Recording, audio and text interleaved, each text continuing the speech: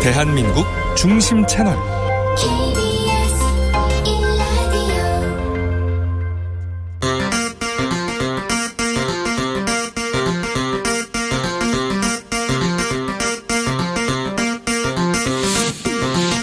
주진우 라이브.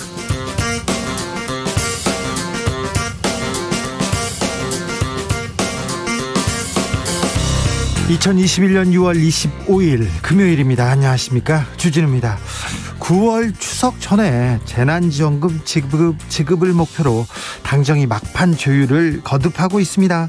더불어민주당은 전 국민에게 주자, 이런 원칙론을 고수하고 있고요. 정부는 선별 지원 입장을 재차 밝혔습니다. 어제 민주당 초선 의원들이 모여서 전국민 지급을 외치면서 기자회견을 열었는데요. 그 자리에 함께한 이수진 의원과 함께 자세한 이야기 나눠보겠습니다.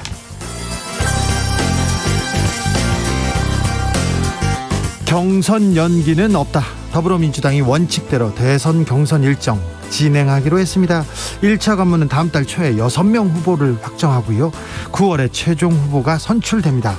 야권은 윤석열 전 총장이 다음 주 출마 선언을 하고 홍준표 의원 윤석열 저격수 자청하면서 연일 강성 발언 쏟아내고 있습니다. 최재형 감사원장은 막판 결심을 굳혔다는 보도가 나왔는데 여야의 대선 레이스 정치연구소 영앤영에서 짚어보겠습니다.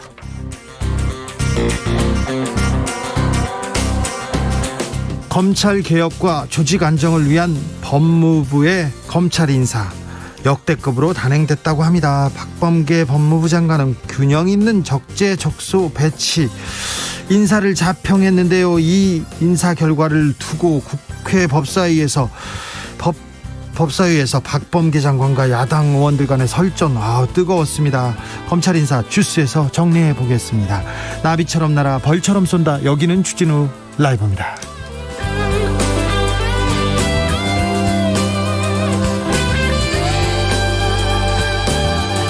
오늘도 자중자애, 겸손하고 진정성 있게 여러분과 함께 하겠습니다.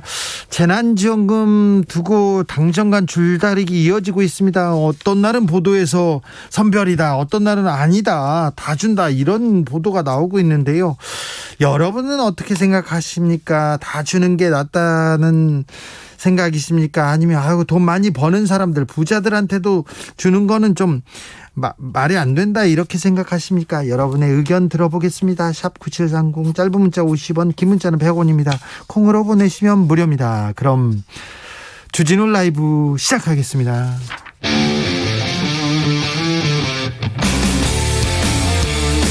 탐사보도 외길 인생 20년. 주 기자가 제일 싫어하는 것은?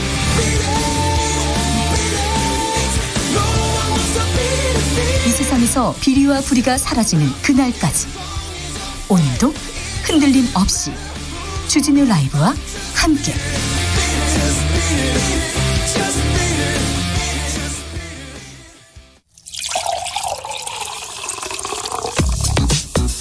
진짜 중요한 뉴스만 쭉 뽑아냈습니다. 줄 라이브가 뽑은 오늘의 뉴스 주스.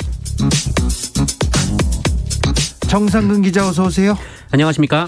코로나 확진자가 오늘도 600명대입니다. 네, 오늘도 많이 나왔습니다. 634명인데요. 사흘째 600명대 확진자이고요. 네. 지난주 금요일과 비교하면 100명 이상 많아졌습니다. 확실히 많아졌습니다. 네, 특히 오늘 이 서울 홍대 일원에서 모임을 한 원어민 강사들을 고리로 집단 감염이 발생을 했는데요.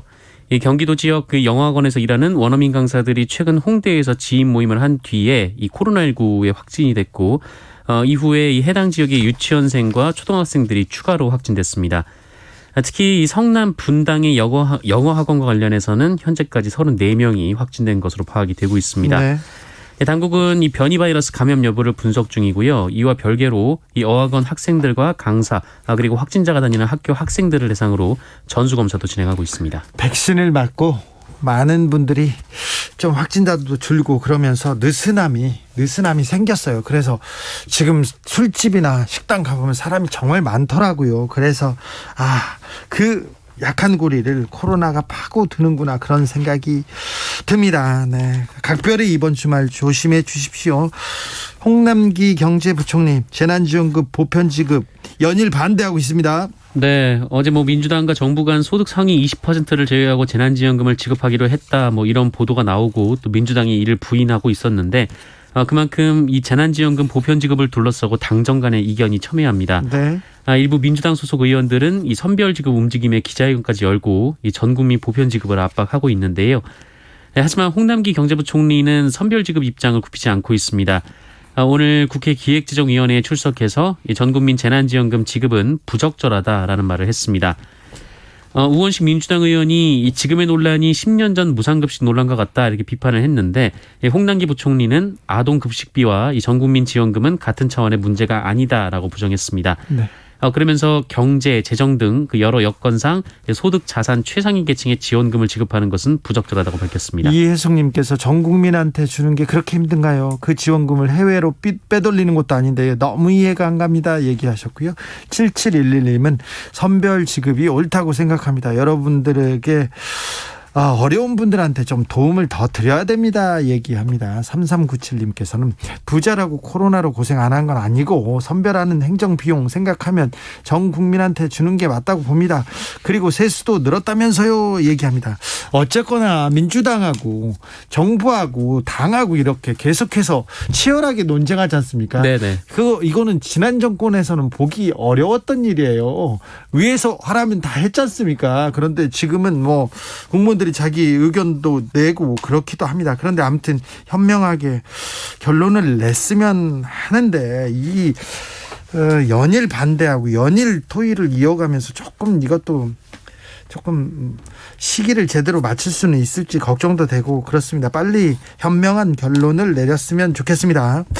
오늘 문재인 대통령이 중미 지역 국가들과 합동 정상회의를 열었습니다. 네, 문재인 대통령은 오늘 이 오전에 이 중미 통합체제 이른바 시카 회원국 및 이 시카 사무총장과 4차 한 시카 정상회의를 했습니다.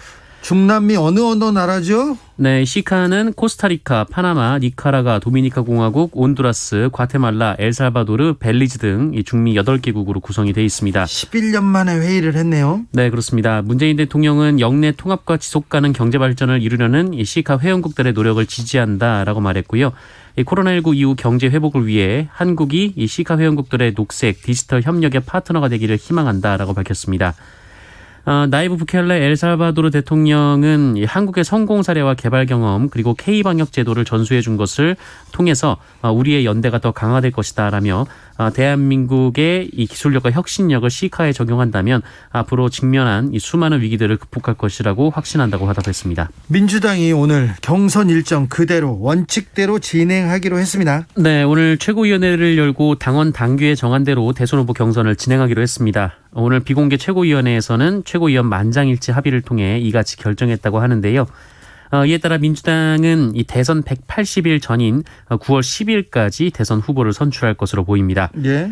이 송영길 대표는 이견은 있었지만 지도부는 하나로 가야 한다는 합의하에 하나로 힘 모아 결정했다라면서 집권당으로서 어려운 시기에 국민들의 삶을 책임지고 경선을 질서 있게 하겠다고 밝혔습니다. 반대하는 쪽에서 부글부글 그러면서 불만이 있다는 기사는 많이 나왔는데 내부에서는 또 조용해지는 분위기입니다. 네, 민주당 소속으로 대선에 출마한 9명의 주자 중 6명이 경선 연기를 주장해왔었는데요. 이들 캠프를 중심으로 지도부 결정에 반발하면서 당무위원회를 소집해서 경선 연기 안건을 재논의하자 이런 목소리도 있기는 했었습니다. 그러나 오늘 이낙연 전 대표, 정세균 전 국무총리 등은 최고위원회 결정을 수용한다면서 정권 재창출에 최선을 다하겠다고 밝혔습니다. 빠르게 안정을 찾아가는 것 같습니다.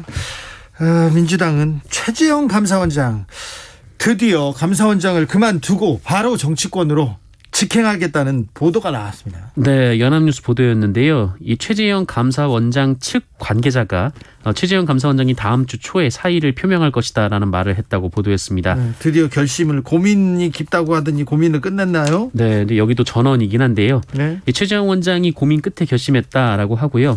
자신의 결심을 밝히는 자리를 가질 것이라고 합니다. 그러면서 이 최재형 감사원장이 이번 주말에 자신의 정치 참여에 부정적인 아버지에게 자신의 생각을 말씀드리고 안심시켜 드리려고 한다. 이런 말도 전해졌고요. 다만 감사원의 정치적 중립성 논란과 관련해서 사퇴와 동시에 이 대권 도전을 공식화하지는 않을 것으로 전해지고 있습니다. 그렇습니까? 1927님께서 전 국민을 주든 선별해서 주든 우선 국회의원 연봉 좀 줄이세요 얘기하는데, 이 국회의원 연봉이나 특혜를 줄이는 데는 여야가 합심해가지고 반대하고 있습니다. 그래가지고 쉽지 않습니다. 그래서 국회 잘해라 이렇게 국민들이, 깨어있는 시민들이 외쳐야 그때서야 조금 줄이는, 신용을 하다가 맙니다. 그것도. 그래서 더 크게 외쳐야 됩니다.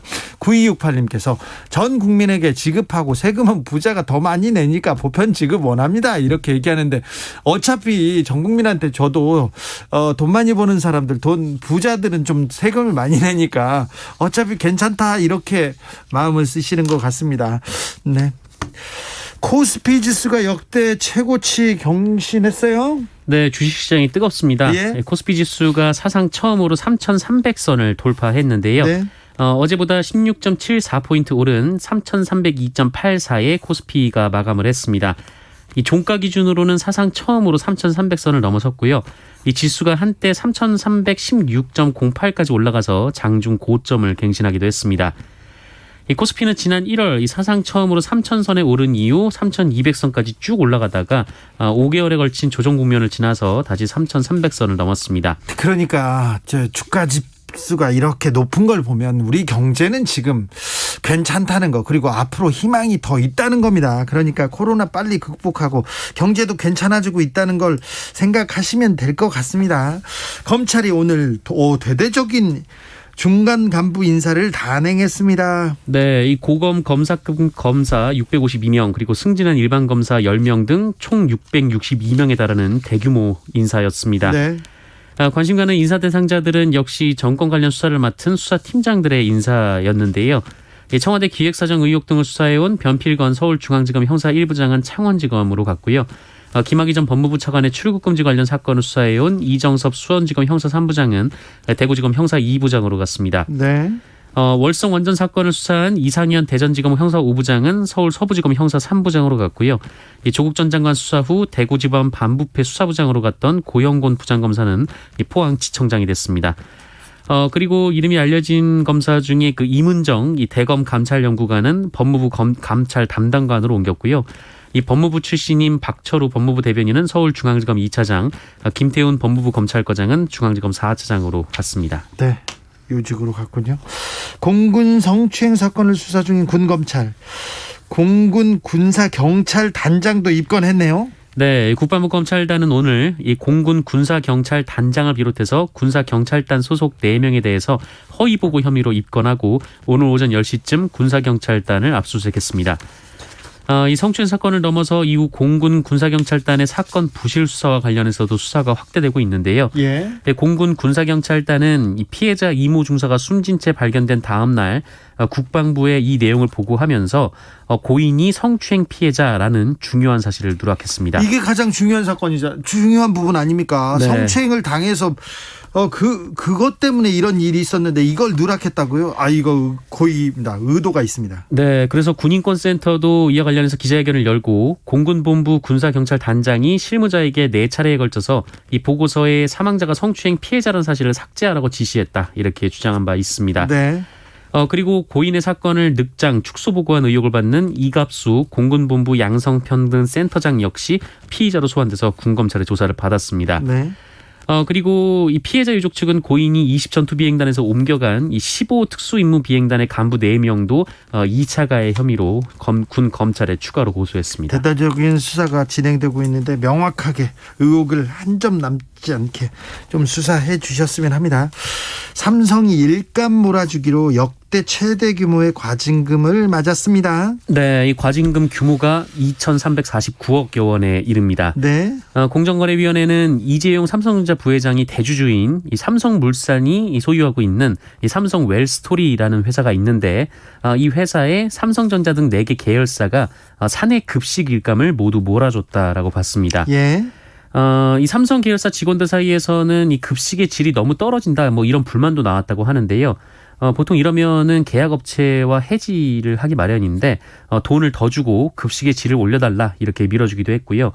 그리고 웰스토리의 이익률이 떨어지자 수수료를 더 챙겨주기도 했다고 합니다. 예. 공정위는 이런 일들이 삼성그룹의 수뇌부였던 미래전략실이 주도한 부당지원 행위라고 판단했습니다. 그리고 과징금과 함께 이 최지성 당시 미전 실장을 검찰에 고발하기도 했습니다. 한편 이 삼성에 몰아주기로 삼성 웰스토리는 2013년부터 평균 15.5%의 영업이익률을 달성했는데요. 네. 업계 평균이 3.1%니까 상당히 높은 수준의 영업이익률입니다. 공정위는 삼성물산과 제일모직의 합병 과정에서 이 제일모직의 자회사였던 이 웰스토리가 캐시카우, 그러니까 현금을 댄 것으로 보고 있습니다. 네. 삼성전자 측은 부당 지원 지시는 없었고 사원들에게 양질의 식사를 제공하려는 의도였다면서 행정소송을 제기하겠다고 반발했습니다.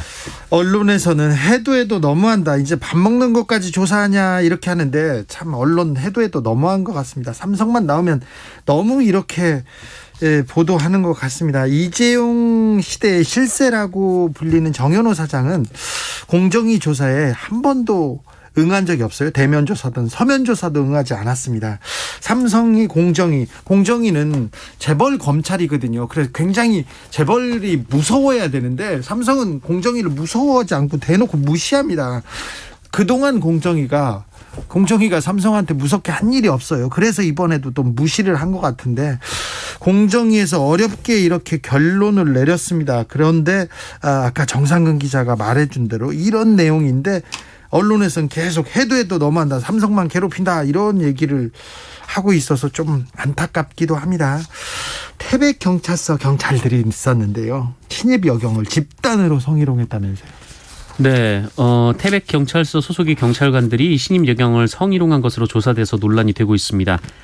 이들은 이미 징계위원회에 회부됐다라고 하는데요. 이 국민청원까지 올라온 상황입니다. 어떤 일이 있었어요? 네, 이 청원인에 따르면 이 남경들이 2년간 이 신입 여성 경찰관에게 이 성희롱과 성추행 등 성범죄를 저질러 왔다라면서 이 피해자는 반복적으로 이뤄진 집단 성희롱과 성추행에 큰 정신적 고통을 호소하고 있다라고 말했습니다. 몇 명이나 연루됐습니까? 보도에 따르면 이 지난 3개월간에 걸친 조사 결과 해당 사건에 연루된 경찰관이 무려 16명이라고 합니다. 이 중에 12명에게 징계를 그리고 4명에게는 직권 경고를 경찰청이 지시한 것으로 전해지고 있습니다. 그리고 태백 경찰서장 등 10명에게도 이 지휘 책임을 물어서 문책성 인사가 내려졌다고 합니다. 이 남성 경찰관들은 신임 여경에게 얼굴이 음란하게 생겼다라거나 가슴을 들이밀며 이를 배워라라는 등의 이 성희롱 발언을 했고 여경 휴게실에 몰래 들어가서 이 해당 여경의 속옷 위에 꽃을 갖다 놓는 일도 있었다고 합니다. 왜 그런데 이게 이런 일이 계속 반복적으로 오랫동안 여러 사람한테 이렇게 벌어진 거죠? 피해 여성이 고충을 신고했다라고 하는데요. 이 네. 개선이 잘 이루어지지 않았고 그러니까요. 가해자들과도 분리되지 않았다라고 합니다. 그러다가 올해 2월이 돼서야 말씀드렸듯이 2개월간 반복이 됐다라고 주장이 나왔는데요. 올해 2월에야 이 피해 여성이 다른 지역 경찰서로 발령났다라면서 경찰의 이후 사건 처리 과정도 이 청원인은 문제를 삼고 있습니다. 이후의 사건 처리 과정 이거 문제입니다. 큰 문제입니다. 이게 성추행이 있었으면 그 문제를 어떻게 해결하라고 노력해야 되는데 지금껏 이렇게 시간과 그리고 그다음에 이렇게 많은 사람이 연루된 건 큰 문제입니다. 경찰에서 이거 나서서 이거 명명백백하게 밝혀야 되는 상황입니다. 미국 마이애미 뉴스입니다. 아파트가 붕괴했어요. 네, 이 미국 플로리다주 마이애미 해변 근처 고급 아파트가 한밤중에 무너져서 이 100명 가까운 주민들이 연락이 닿지 않고 있다고 미국 언론이 보도했습니다. 현지 시간으로 24일 새벽 1시쯤 이 아파트 북동쪽 건물이 무너져 내렸는데 이 아파트의 전체 세대수가 136세대인데 무너진 북동쪽 건물에는 55세대가 있었다고 합니다. 구조대는 잔해 속에서 주민 일부를 구했지만 현재까지 최소 1명이 사망하고 99명이 연락이 되지 않고 있다 이렇게 전해지고 있습니다. 이 99명이 모두 매몰된 상태라고는 볼 수는 없고요. 그냥 연락이 닿지 않는 분들도 포함이 되어 있습니다. 특히 연락이 닿지 않는 주민 중에서 이 파라과이 대통령 부인의 가족이 다수 포함됐다라고 하고요. 한국인의 피해는 확인되지 않고 있습니다. 이 조 바이든 미국 대통령은 플로리다주에 비상사태를 선포했는데요. 재난 극복을 돕기 위해 모든 지원을 강구할 것을 당부했습니다. 무사히 돌아왔으면 합니다. 너무 많은 사람들이 지금 실종됐네요. 무사 기원을 기도하겠습니다. 주스 정상근 기자와 함께했습니다. 감사합니다. 고맙습니다. 7572님께서 돈은 돌고 돌아서 돈이라고 하지요. 전 국민에게 지원하면 돌고 돌아서 어려운 사람들에게 가게 될 겁니다. 사용 기간이 제한이 있고 사용 지역이 제한이 있으니 모두가 작은 행복을 누리는 데는 전 국민 지원이 맞다고 생각합니다. 이렇게 생각하신다고요. 2499님, 선별한다고요. 국민들 이간질하지 말고 주려면 다 주고 안 주려면 말아요. 준다 안 준다 누굴 좀 거지로 하시나요? 이런 얘기도 하시고요. 3941님께서는 재난지원금 전 국민에게 주자고 하면서 나라빚 늘어난다고 정부 욕하는 건 이건 이중잣대 아닌가요? 이렇게 얘기합니다. 2081님께서는 1차 때처럼 사용 기한을 정해놓고 포인트로 지급하는 것이 최상의 선택이라고 봅니다. 기한이 정해져 있어 누구나 다 사용해야 하니까요. 내가 진짜 부자라고 생각하시는 분들은 그냥 안 쓰시면 됩니다. 이렇게 얘기합니다. 많은 생각이 있는데 그래도 전 국민한테 주자는 의견이 조금 높은 것 같습니다. 교통정보센터 다녀오겠습니다. 임초희 씨. 네, 이 시각 교통정보입니다. 울산고속도로 울산 쪽으로 사연교 부근에서 사고가 있었습니다. 이 여파로 언양분기점부터 5km 구간 사고 여파받고요. 반대 언양 쪽으로는 사연교 부근 1차로에서 사고 처리 중이라 2km 구간 밀리고 있습니다. 영동고속도로는 강릉 쪽으로 서안산 반월터널 부근에서 둔대분기점 쪽으로 밀리는데요. 둔대분기점 1차로에서 사고 처리하고 있고요. 반대 인천 쪽은 양재 부근에서 양지터널, 마성터널 부근 막히고요. 신갈, 동수원에서 부곡, 그리고 군포에서 반월터널 부근과 안산에서 정체입니다. 더 가서는 군자분기점 3차로와 갓길에서 사고 처리 중이고요. 영동선 시점 진출로에도 사고가 있어서 주의가 필요합니다. 이 밖에도 곳곳에 사고가 많은데요. 서해안고속도로 서울 쪽은 몽탄 3터널 부근 1차로에서 사고 처리 중이고요. 서울양양고속도로 서종 부근 1차로에도 사고가 있습니다. 서울 방향이고요. 경부고속도로 부산 쪽은 칠곡물류 부근 1차로에서 사고 처리 중이라 뒤로 밀리기 시작했습니다. KBS 교통정보센터였습니다. 주진우 라이브.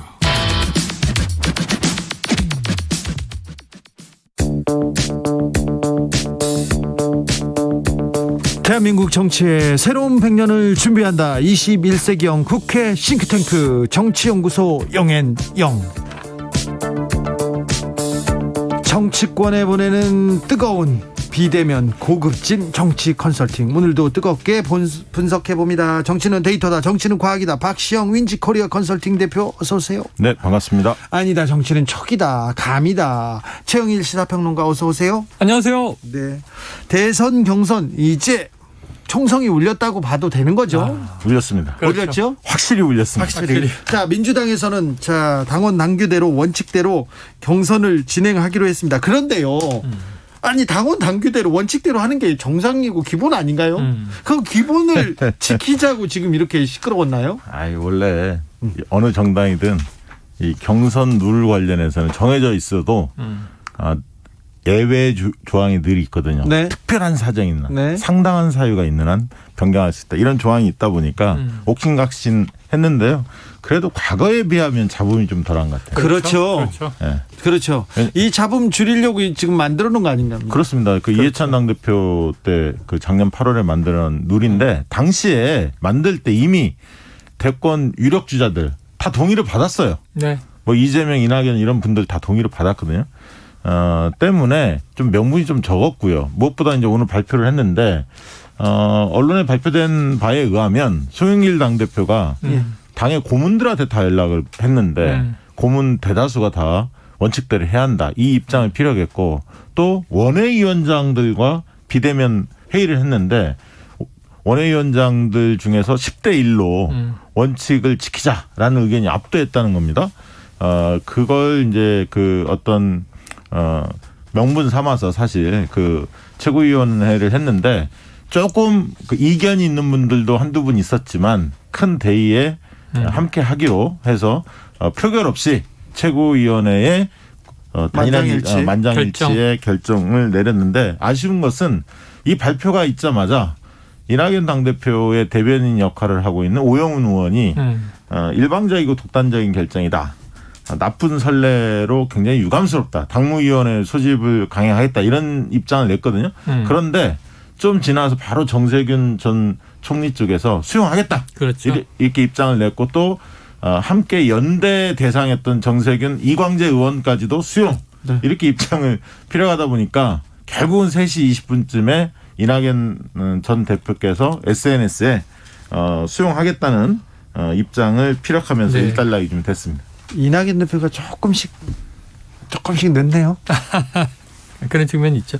근데 저는 이게 좋아요. 경선 연기 주장할 수 있는 내용이에요. 예, 예. 담론을 박할 수 있는 내용이에요. 네. 왜냐하면 다 같이 이기자고 하는 의견이 다른 건데 문제는 이게 수습돼가는 과정이 문제이고 또 하나는 자 원칙은 그냥 180일 전에 뽑기로 한 게 원칙이에요. 그러면 상당한 이유가 있어야 연기를 할 수 있는데 제가 보기에는 연기를 주장한 분들이 상당한 이유를 네. 제시하는데 조금은 실패했다. 아니 다 이유는 될 수 있다고 봐요. 코로나19 상황 때문에 경선이 쉽지 않다. 그것도 이유가 되고 자 야당 쪽 진영하고 지금 우리가 타임 이 라인이 안 맞는다. 뭐 이유가 될 수 있는데 강하게 그 문제에 대해서 어떻게 해야 우리는 이길 수 있다라는 이제 승리 공식 이런 것을 제시하지 않고 조금 이제 국민들이 보기에 국민들 다수가 보기에는 후발 주자들이 좀 시간을 확보하기 위한 싸움 아닌가 이렇게 비춰지는 게 다예요. 그래서 좀 아쉬움이 있어요. 그래서 이제부터라도 제가 보기에는 누가 본선 주자가 될지 확정할 수 없다. 지금부터 경주를 하는 거지 않습니까? 그렇습니다. 먼저 가는 분이 있고 뒤서 가는 분이 있고 유리한 사람이 있고 좀 불리한 사람이 있고 우와 열은 있으나 지금부터 9월 초까지 한여름 뜨겁게 달려야 되잖아요. 네. 근데 제가 보기에는 이런 거예요. 누군가 앞서가는 사람이 있다. 그럼 후발 주자의 전략이라는 것을 저 사람은 나의 페이스메이커야. 내가 이길 건데 네. 저 사람을 나의 동력으로 이용해야지. 이런 생각을 해야지 자꾸 이제 서로 끌어내리려고 하면 점점 하향 평준화가 되면서 네. 민주당의 경선은 재미없어질 것이다. 그러면서 조금은 이제 이렇게 원칙대로 가기로 한 만큼 시간은 정해졌어요. 그럼 조금 전략적인 대전환이 이루어지길 기대해 봅니다. 큰 틀은 그 경선 선거인단 모집이잖아요. 그 민주당은 그렇죠. 누가 그렇죠. 선거인단을 많이 모집하느냐가 중요한데 이게 한 달 정도 보장을 해주는 것 같습니다. 7월 5일부터 8월 3일 이런 얘기 아직 발표는 안 했습니다만 그런 얘기들이 흘러나오고 있고요. 7월 9일에서 11일 사이에 컷오프할 가능성이 네. 점쳐지고 있습니다. 결국 경선 1라운드는 좀 끝났다. 냉철히 얘기하면 그렇게 보여집니다. 그렇습니까? 왜냐하면 삿바 싸움이 중요한데 그렇죠. 지금 삿바 싸움에서는 이재명 지사 쪽이 좀 앞서 있기 때문에 유리한 상황이다. 이렇게 보여집니다. 송영길 대표도 리더십을 조금 강고하게 만드는 좀 계기가 그렇습니다. 됐을 거예요. 계기가. 네. 네. 3917님께서는 노이즈 마케팅이었네 이거 원래 삿바 싸움 하면서 이거 민주당으로 지금 여론 가져오려고 하는 거네 이렇게 보시는 분이 있고요. 아하. 0780님 원칙대로 해야지 당연한 결론 삼척동자도 안다 원칙대로 해라 이렇게 합니다. 그러면 민주당은 이제 다음 달에 6명 컷오프를 하고 9월에 최종 후보를 선택하는 그렇죠. 겁니까? 네, 9월 5일 날 그렇죠. 선출하는 걸로 이렇게 그렇죠. 예상을 하고 있고요. 일단 6명에 누가 드는 건지 이게 뭐 이게 계산 9명이 두드리기겠습니다. 지금 도전했는데 네. 3명이 탈락을 하게 되거든요. 네. 그 탈락자 3명은 최영일 평론가께서 이야기해 주기로 해요. 와. 최영밀 평론가. 근데 이 9명이 답니까? 더 나오지 않을까요? 한 명이 지금 이야기가 거론되고 있습니다. 변수가 있죠. 박용만 두산 회장 얘기가 여의도 내에서 조금씩 얘기 나오고 그러더라고요. 지난주부터. 예. 그래서 네. 한번 제가 좀 지켜보도록 하고 확인해봤는데 약간 고민 중인 느낌이 듭니다. 6월 말이니까 지금 이제 다음 주면 경선이 시작돼요. 네. 며칠 시간은 있어요. 한 그런데 주만. 이게 룰 자체가 컷오프 룰이 당원 여론조사하고 국민 여론조사하고 두 가지를 반반씩 합산을. 섞어서 그렇죠, 하는 그렇죠. 거거든요. 그렇기 때문에 지명도가 있는 분들은 뛰어들 수 있는 환경은 됩니다. 그렇죠. 충분히.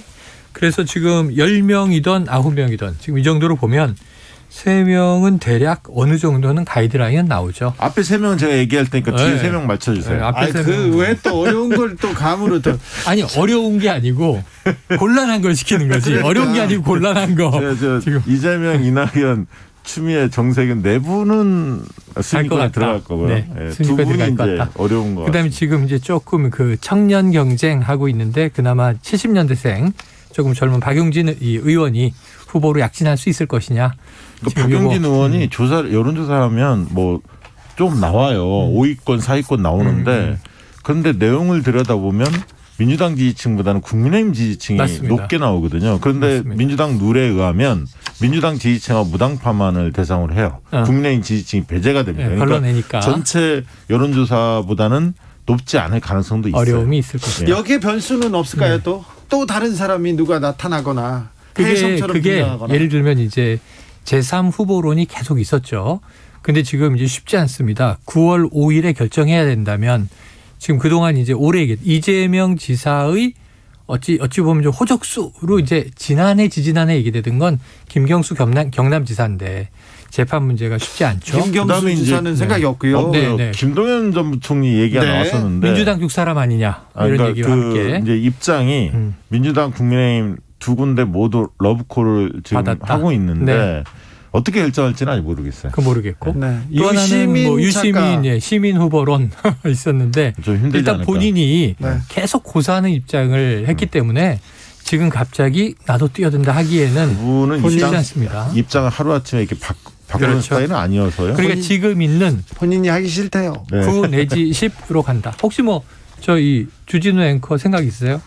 제가요? 네. 아 보니까요 최영희 평론가 이 자리 앵커 노리는 것 네. 같습니다. 눈빛이 좀 다릅니다. 그렇구나. 아니, 정치로 가실 조심하셔야 됩니다. 정치로 가실 분들은 빨리빨리 가시라고요. 자, 좀 말도 안 되는 소리를 하세요. 누가 손은 키우고. 자, 야권으로 가볼까요? 네. 다음 주 화요일에 윤석열 전 검찰총장이 기어이 출마 선언을 짜자잔. 하기로 했다는 전언입니다. 아직까지는 전언이고. 아, 이제 그날 하긴 합니까? 이제 하겠죠. 이 정도 발표는 장소까지 나왔지 않습니까? 시간까지. 윤봉길 의사 그 오후 기념관. 1시. 네. 네. 그렇기 때문에 뭐 하는 것 같은데 네. 다만 지금 최근에 전원 정치, 간보기 정치 일명 이런 부분들이 좀 길어지다 보니까 기자들이 좀 짜증이 많이 나요. 그렇죠. 피로감이 좀 큽니다. 국민들도 필요하고요. 네, 불쾌하고. 그래서 내일 핵심은 그 29일 날 메시지 핵심은 국민의힘 입당 여부에 대한 명쾌한 입장.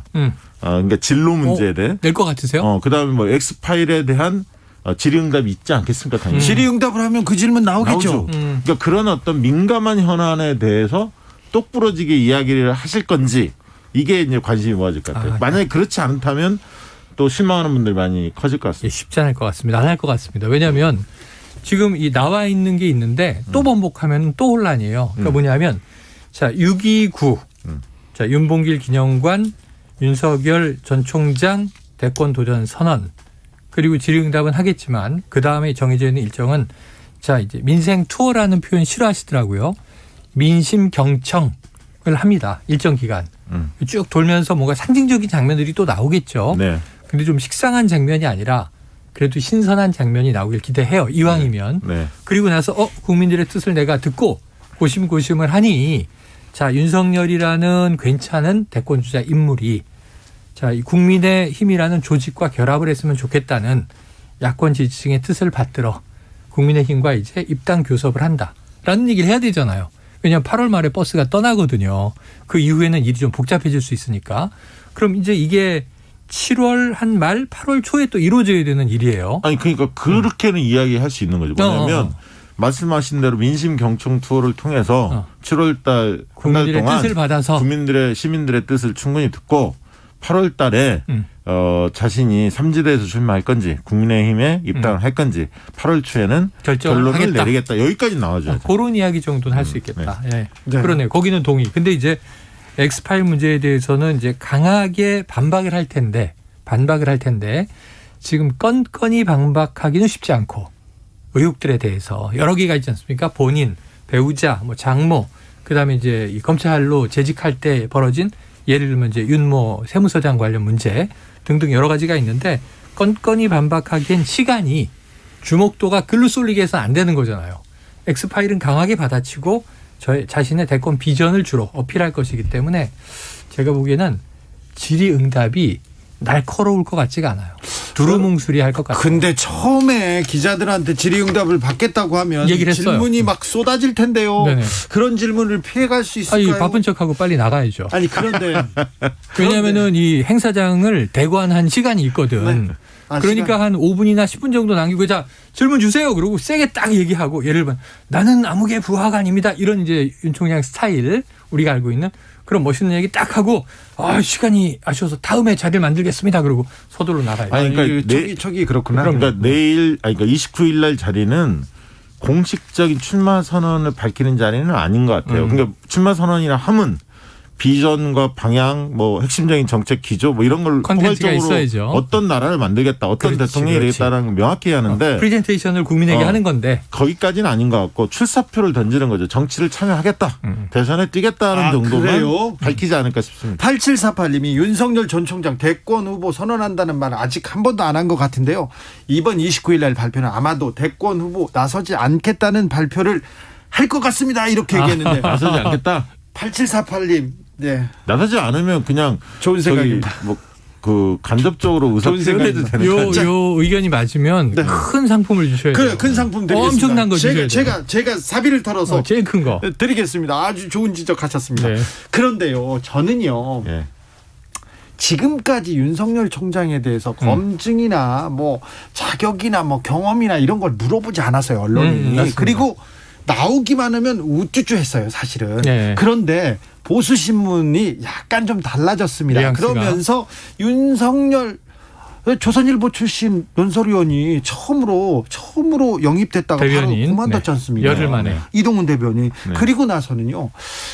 보수 언론이 약간 좀 다른 쪽으로 기울어 갑니다. 최재형 감사원장 이 분은 어떻게 되는 겁니까? 제가 보기에는 오늘도 그런 느낌을 제가 감지했는데 네. 이 보수 일각에서 좀 우리가 이야기하던 강성 정통 보수에서 윤석열 엑스파일 통과할 수 있을까? 검증은 피할 수 없는데 근데 반반이야, 예를 들어 확률이. 그래서 플랜 B가 최재형인데 플랜 B를 더 선호해요. 더 좋아하더라고요, 이상하게. 최재형 감사원장은 딱 한 가지 딜레마는 있어요. 현직 감사원장인데 지금 곧 사직을 하겠다는 거 아닙니까? 그리고 대권 나오는데 이거는 검찰총장도 사직한 후 몇 달 만에 대권행, 감사원장도 사직하고 대권행. 네. 이 국가 사정기관에 이런 경우는 없었어요. 헌법기관이 권력기관이 그러면 이런 안 되지 경우는 않습니까? 없었어요. 네. 이건 굉장히 나중에 역사적으로 두고두고 비판받을 일인데 그럼에도 불구하고 인물론으로 보면 최재형 감사원장의 어떤 순수성 또 이제 정통 보수를 지키고자 하는 내 몸을 던지리라 이런 것에 대해서 상당한 의미부여하는 걸 보고 그럼 윤 전 총장보다 최재형 감사원장을 더 선호하나 보다 하는 느낌이 전 하고 왔기 때문에 상당히 밀 걸로 봅니다. 지금 그 국민의힘 내부에는 전통적 지지층을 그 지지 기반으로 하는 구주류가 있고요. 새로운 보수층, 즉 2030 세대를 확장하고자 하는 신주류가 있습니다. 네. 새로운 그 신주류가 정점에 이준석, 뭐 유승민, 오세훈, 뭐 하태경 이런 분들이거든요. 그렇죠. 그분들 입장에서는 자강론이에요. 국민의힘 내부의 인사들을 가지고 가자. 네. 그래서 엑스파일을 보는 시각도 그렇죠. 국민의힘에서 뜨겁고 나눠져 있지 않습니까? 네, 그렇습니다. 네. 그러니까 구주류 쪽에서는 이제 나경원 뭐 이런 분들이 정진석 이런 분들은 윤석열 영입하거든요. 그렇죠. 네. 그래서 최재형도 마찬가지인 겁니다. 예를 들면 그들 중에 일부는 네.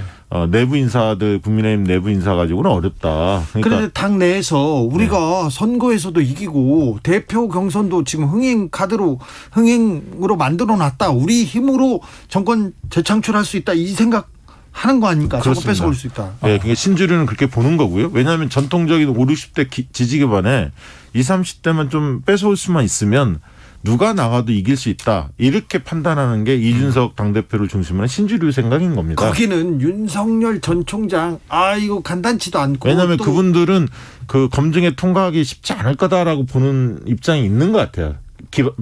그렇지. 밑바닥에 깔려 있고요. 그래서 호락호락 같지도 않습니다. 유승민, 뭐 원희룡, 뭐 저기 오세훈 뭐 이런 분들 그런 중에서 나갈 수 있는 거 아니냐 이렇게 보는 거죠. 새로운 주류가 나왔어요. 그러니까요. 네. 오세훈 서울시장 주변에 사람들이 몰려 있고요. 계속 회의를 합니다. 왜 무슨 회의를 하는지 모르겠어요. 시정 관련된 회의인지도 잘 모르겠습니다. 그건 좀 지켜봐야죠. 7817님이 윤석열 급 반전으로 민주당 입당 선언할 것 같습니다. 브라보. 네. 오늘 왜 이렇게 상품 받아가는 분이 많지? 네, 지금 거의 로또에 거는. 자, 변광성님께서 그런 가능성도 있어요. 좀 응원해 주세요. 7817 님. 없어요. 네. 변광성님께서 정치가 그렇게 돌아가진 않아요. 그날 자 이게 아닙니다. 그날 복당한 레드홍 우리 그거예요, 바로. 홍준표 출마 선언 비슷한 거 한다. 지금 제 얘기가 그거예요. 홍준표 전 대표가 이 말을 했어요. 저는 기회 두는 게 윤석열 총장한테 이거는 사실 최재형 감사원장한테도 해당되는 네. 얘기예요. 뭐냐면 국정 중에 검찰과 관련된 건 1%밖에 안 된다. 그렇지. 나머지 민생이나 외교나 안보 뭐 이런 거는 경제 검찰 등등. 이슈가 아니다. 그렇지. 그 말이 맞기도 하잖아요. 맞습니다. 그거 감사원장도 해당되는 얘기예요. 그렇죠. 최재형. 왜냐하면 둘 다 정치 초짜 아닙니까? 네. 그렇기 때문에 이제 그런 부분에 대해서 노련한 이 홍준표의 칼날을 과연 피해 나갈 수 그러니까 있을까? 지금 신주류는 자강론이다. 네. 그러니까 구주류는 좀 이 강한 대권 주자를 영입해서 어떻게 키워서 같이 가보자. 근데 지금 돌주류. 독자파. 돌아온 주류. 그렇죠. 돌아온 주류 앵그리 홍. 네. 자, 바로 이분이 지금 아주 묘한, 그러니까 이게 반지의 제왕으로 치면 골룸 같은 역할을 하는 거예요. 골룸홍. 뭐냐 하면 이제 치는 겁니다. 윤석열 치기 하잖아요. 그 치죠. 네. 나와서 지금 뭐예요? 근데 네. 홍준표 의원을 지금 이 상황에서 당에 만장일치로 받아들인 거는 좀 치라는 얘기 아닙니까? 홍준표 아니 사실 이준석 당대표가 지원을 받았어요. 당대표 선거 과정에서. 그렇죠. 맞아요. 얘는 배현진 네. 최고위원 후보하고 그렇죠. 짝짓기 하지 않았습니까? 같이 런닝메이트로 했지 네. 않습니까? 배현진은 누가 보더라도 홍준표 걔보고. 예전부터. 예. 그래서요. 근데 홍준표가 돌아왔습니다. 돌아와서 지금 이제 이게 굉장히 무서운 얘기가 뭐냐 이런 얘기를 해요. 불법 사찰 얘기 있잖아요. 괴문서 얘기하고. 네. 이게 윤 전 총장이 받아친 건데 엑스파일을 거기에 대해서 사찰을 주도하던 인물이 그렇죠. 불법 사찰 운운한다. 이 얘기는 굉장히 무서운 얘기예요. 네. 옛날에 뭐 예를 들면 박근혜 정권 이전에 지금 이 박지원 국정원장 얘기가 사찰 관련 문건 있냐? 있다. 언제부터 언제까지냐? 박정희부터 박근혜까지 있었다. 네. 이렇게 얘기를 했단 말이에요. 근데 지금 문제는 이 윤석열 전 총장은 최근에 그만둔 현직 총장이에요. 올해까지 검찰총장이었어요. 그렇다면은 사찰을 주도했다. 이거 굉장히 무서운 얘기거든요.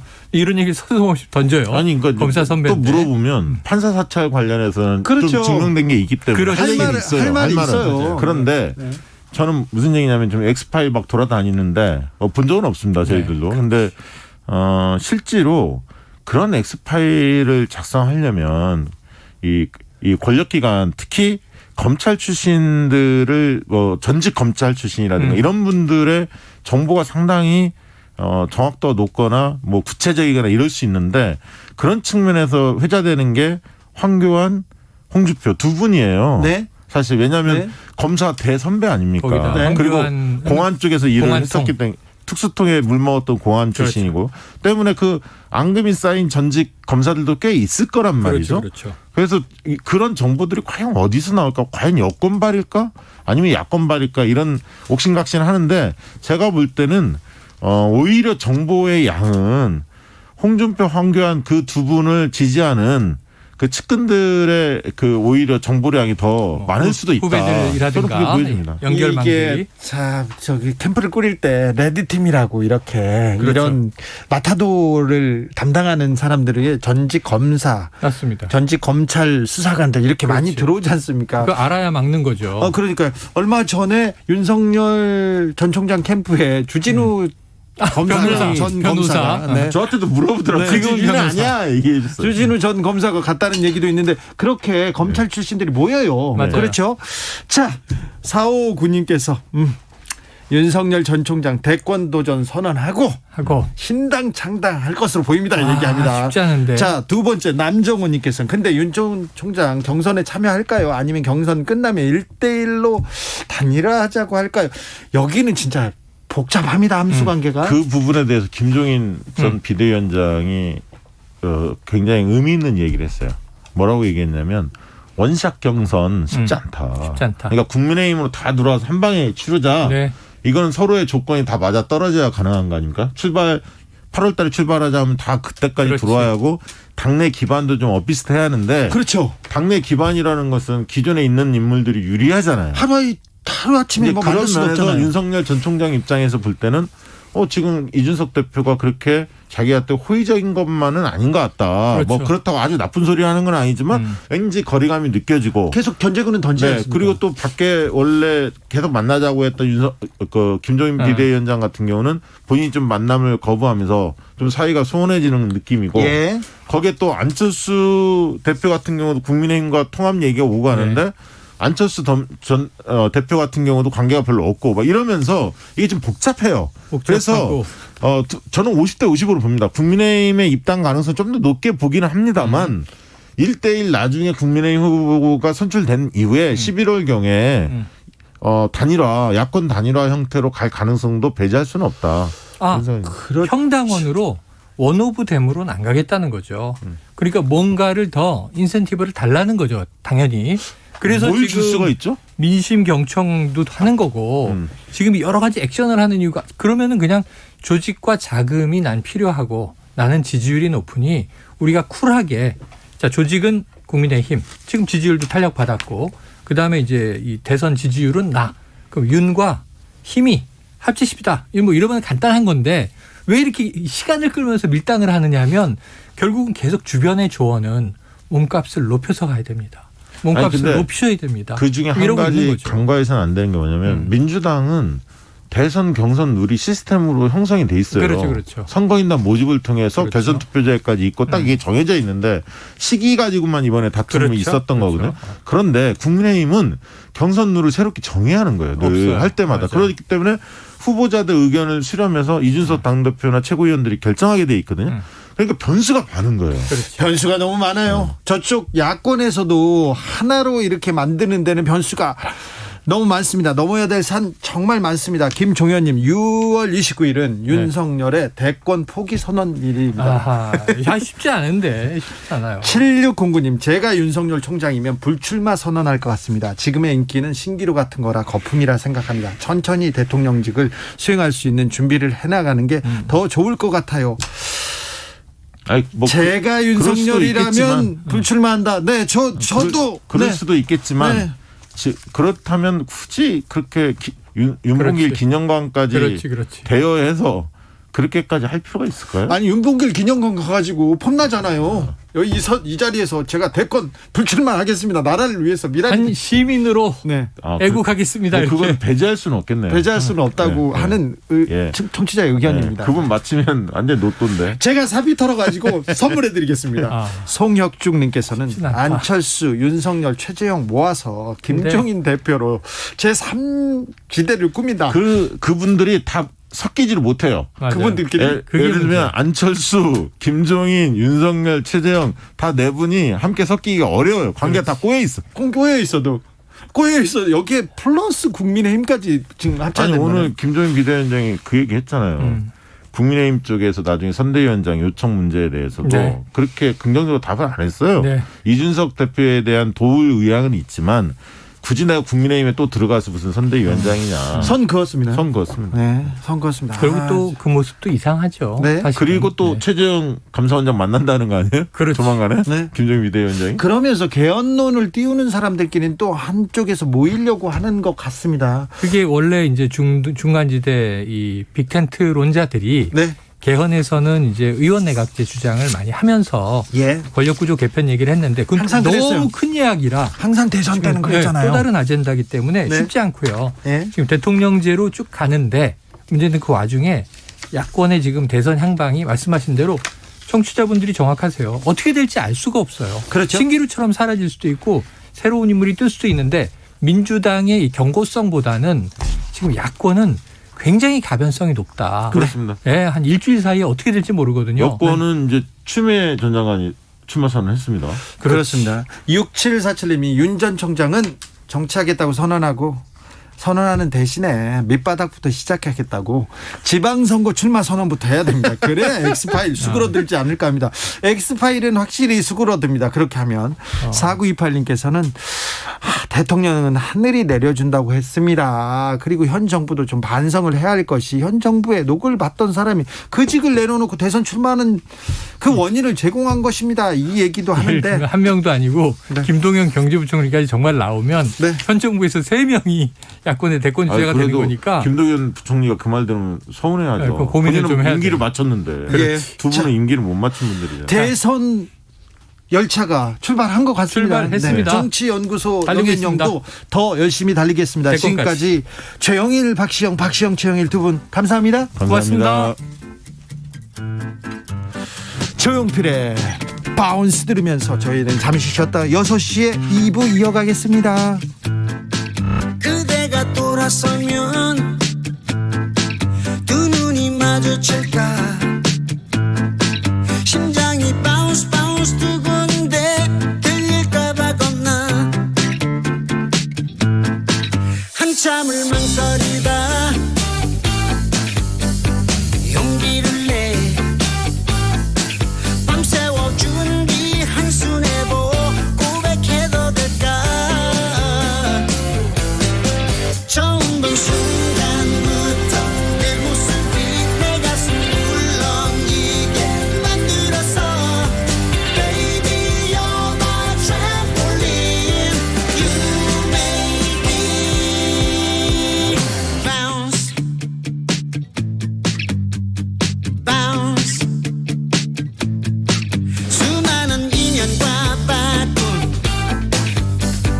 너인 걸 사랑이 남긴 상처들도 감싸줄게 어쩌면 우린 벌써 알고 있어 그토록 찾아 헤맨 사랑의 꿈 외롭게만 하는 걸 You make me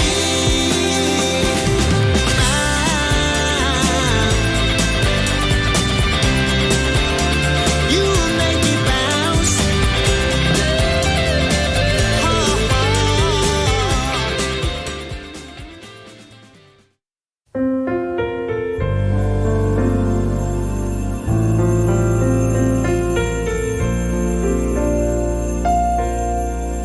KBS 라디오 연중기획 희망충전 대한민국 435번째 이야기.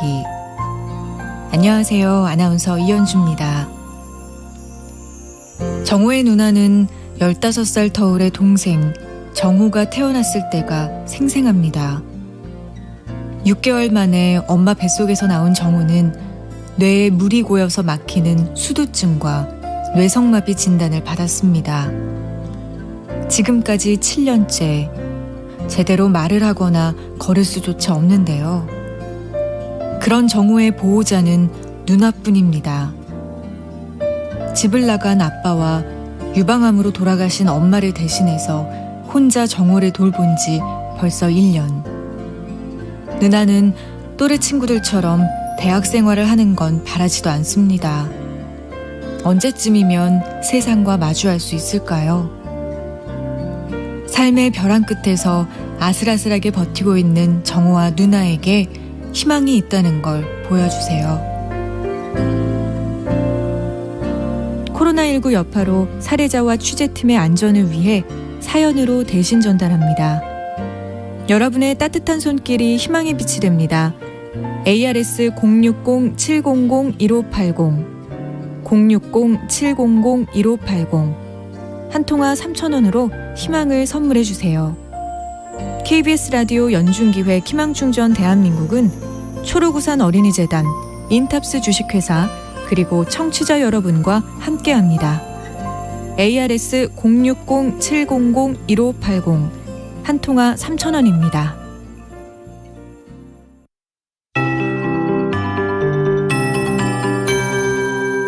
KBS 58분 날씨. 이번 한 주 소나기 소식이 잦았습니다. 오늘 밤에도 경기도 동부 지역, 강원도 내륙 산간 지역, 충청도 내륙, 전라도 동부 내륙, 경상북도 내륙, 또 경상남도 서부 내륙 등 주로 내륙 지역을 중심으로 소나기가 내리는 곳이 많겠습니다. 한때 강한 소나기가 내리면서 강원도 중부 산지에는 호우특보가 내려지기도 했는데요. 5시 40분을 기해서 모두 풀린 상황입니다. 오늘 밤까지는 이렇게 소나기 예보가 있고 주말인 내일은 우리나라 북쪽으로 기압골이 지나가기 때문에 비가 내리는 곳이 많겠습니다. 중부지방이나 경상북도의 경우 내일 새벽부터 일찌감치 비가 시작돼 내일 밤까지 이어질 텐데 오후가 되면 소강 상태에 들 가능성이 높고요. 많은 곳에서 천둥 번개를 동반하고 예상 강우량도 10에서 40mm 정도로 다소 내릴 전망입니다. 반면 경상남도 북서 내륙 지역이나 전라북도 북부 지역은 새벽에 잠깐 내리다 그칠 것으로 보이고요. 전라북도 지역은 새벽부터 아침 사이에, 제주도 지방은 오후에 내릴 것으로 보이고 이 지역들은 주로 5에서 20mm 정도 내다보고 있습니다. 강원 영동 지방도 5에서 20mm가량의 비를 내다보고 있습니다. 내일 낮 최고 기온은 광주 29도, 서울, 세종, 대전 27도, 부산 26도 등으로 오늘보다 낮겠고 전남, 대구, 울산, 경북, 경남 지역 오존 상황이 나쁨 단계에 이르는 곳이 있겠습니다. 지금 서울 기온 27.1도입니다. 윤지수입니다.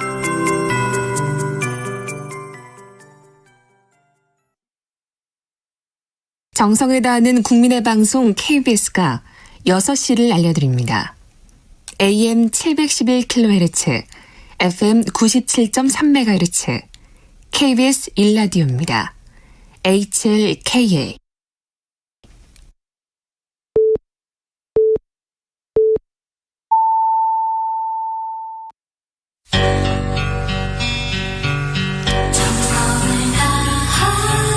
정성을 다하는 국민의 방송 KBS 주진우 라이브. 그냥 그렇다고요. 주진우 라이브 함께하고 계십니다. 라디오 정보센터 다녀오겠습니다. 정한나 씨.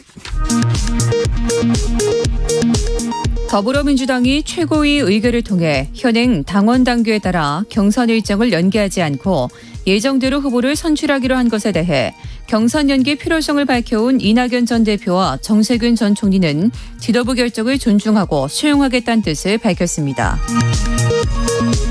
청와대가 최근 조선일보의 영문판 사설 제목과 문재인 대통령 사파의 부적절한 사용과 관련해 조선일보 측에 강력히 항의한 것으로 전해졌습니다. 국민의힘은 문재인 대통령이 최근 외신 인터뷰에서 북한 김정은 국무위원장을 호평한 데 대해 비판을 쏟아냈습니다. 문정인 세종연구소 이사장은 8월로 예정된 한미연합훈련 중단이 남북관계 개선의 계기가 될지에 대해 우리 정부가 제안한다고 해도 북한에서 화답을 안 하면 말짱 소용이 없는 것이라고 말했습니다.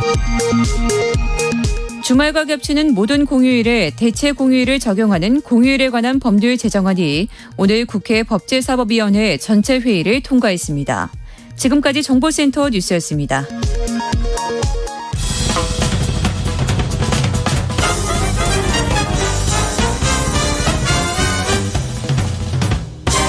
훅 인터뷰. 모두를 위한, 모두를 향한, 모두의 궁금증 훅 인터뷰. 9월 추석 전에는 재난지원금이 지급될 것 같습니다. 그런데 더불어민주당 의원들은 K방역 개선과는 모든 국민이 함께 애쓴 덕분이라면서 전 국민에게 지급해야 된다, 이렇게 주장하고 있는데 정부에서는 좀 반대 입장입니다. 어떻게 되는 건지 물어보겠습니다. 이수진 더불어민주당 의원, 안녕하세요. 네, 안녕하십니까. 더불어민주당 이수진 국회의원입니다. 네, 고생이 많으십니다. 민주당에서 네. 경선 일정, 대선 경선 일정 원칙대로 하기로 결정했습니다. 당내 분위기는 어떻습니까? 사실은 많은 국회의원들이 원칙을 지키기를 바랬고요. 예. 그렇게 또 될 거라고 생각됐었고, 네. 이게 경선이 연기된다고 해서 새로운 인물이 이렇게 등장을 해서 우리 당의 이제 컨벤션 효과가 네. 클 가능성도 없어 보였기 때문에 연기를 하는 게 거의 의미가 없다. 오히려 원칙을 지키고 작년 8월에 특별 당규 정한 대로 그 당시의 정신대로 원칙을 지키는 게 당원들에 대한 신뢰를 얻는 것이다.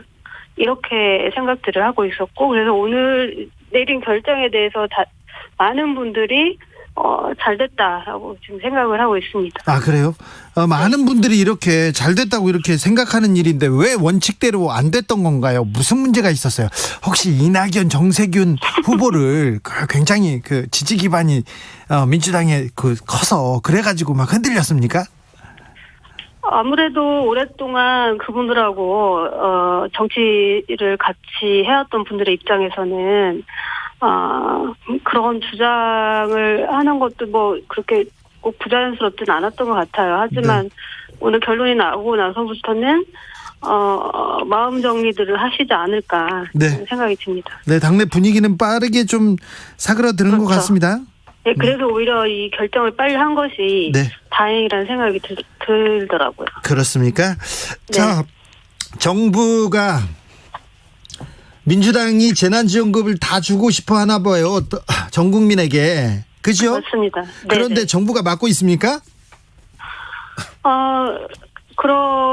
지금 그러고 있죠. 그래서, 네.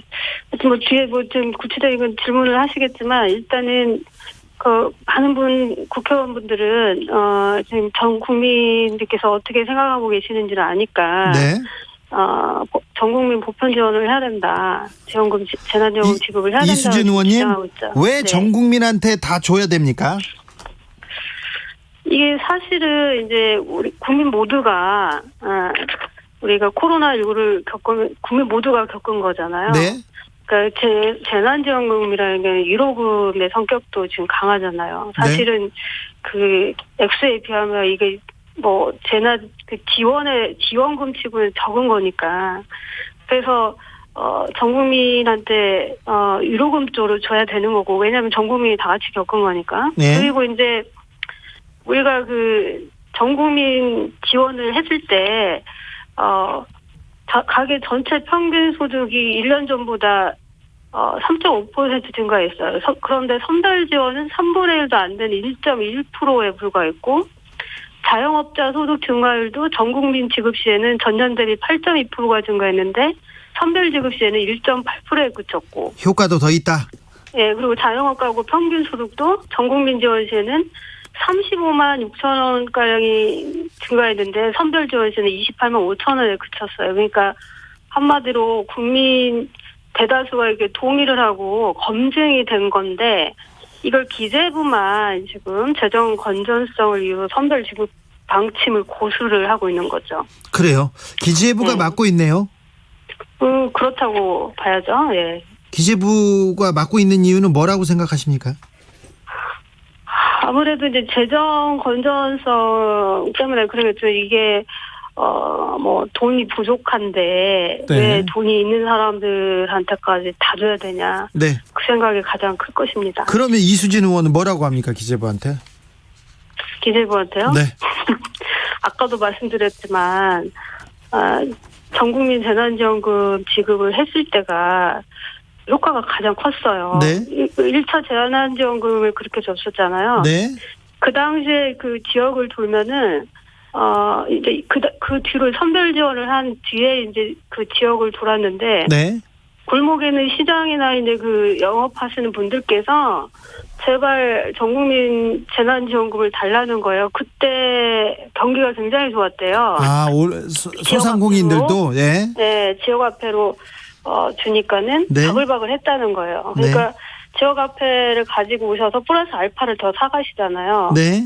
그러니까 소상공인들 입장에서는 지원금 얼마 받는 것보다 영업소득이 확 늘어난 거죠. 예.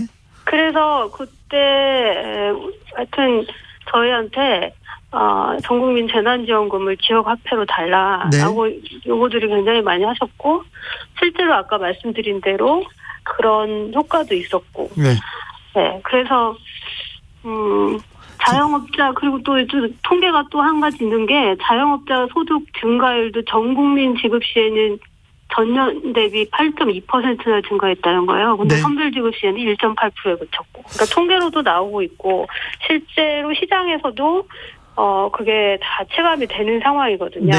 의원님, 그래서, 이것도 네. 당정이 빨리 확정하면 또 다른 논란은 좀 사그라들 것 같은데 언제 확정됩니까? 아니 그런데 지금 오늘도 사실은 이제 또 당정이 만나서 예. 또 확정이 안 된 상태잖아요. 예. 그리고 국회의원들 입장에서는 지금 이게 32조를 가지고 막대한 돈으로 지금 나가는 건데 네. 이렇게 막대한 돈을 쓰면서 호응을 받지 못한다면 정치적으로 엄청난 큰 부담이 되잖아요. 예. 그래서 지금 우리는 국회의원들은 지금 이거를 전국민 재난지원금으로 바꾸기 위해서 네. 의원총회도 열어서 논의도 하고 만약에 홍남기 부총리가 끝까지 그렇게 반대하면요? 고집을 한다면 해임 건의도 해야 되지 않겠나. 아, 네. 라고 이제 우리 국회의원들께서 지금 논의를 하고 있어요. 이수진 의원이 지금 그 해임 건의도 해야 된다고 생각하시는 거죠? 그럼요. 네. 이게 국민의 뜻과 다르게 네.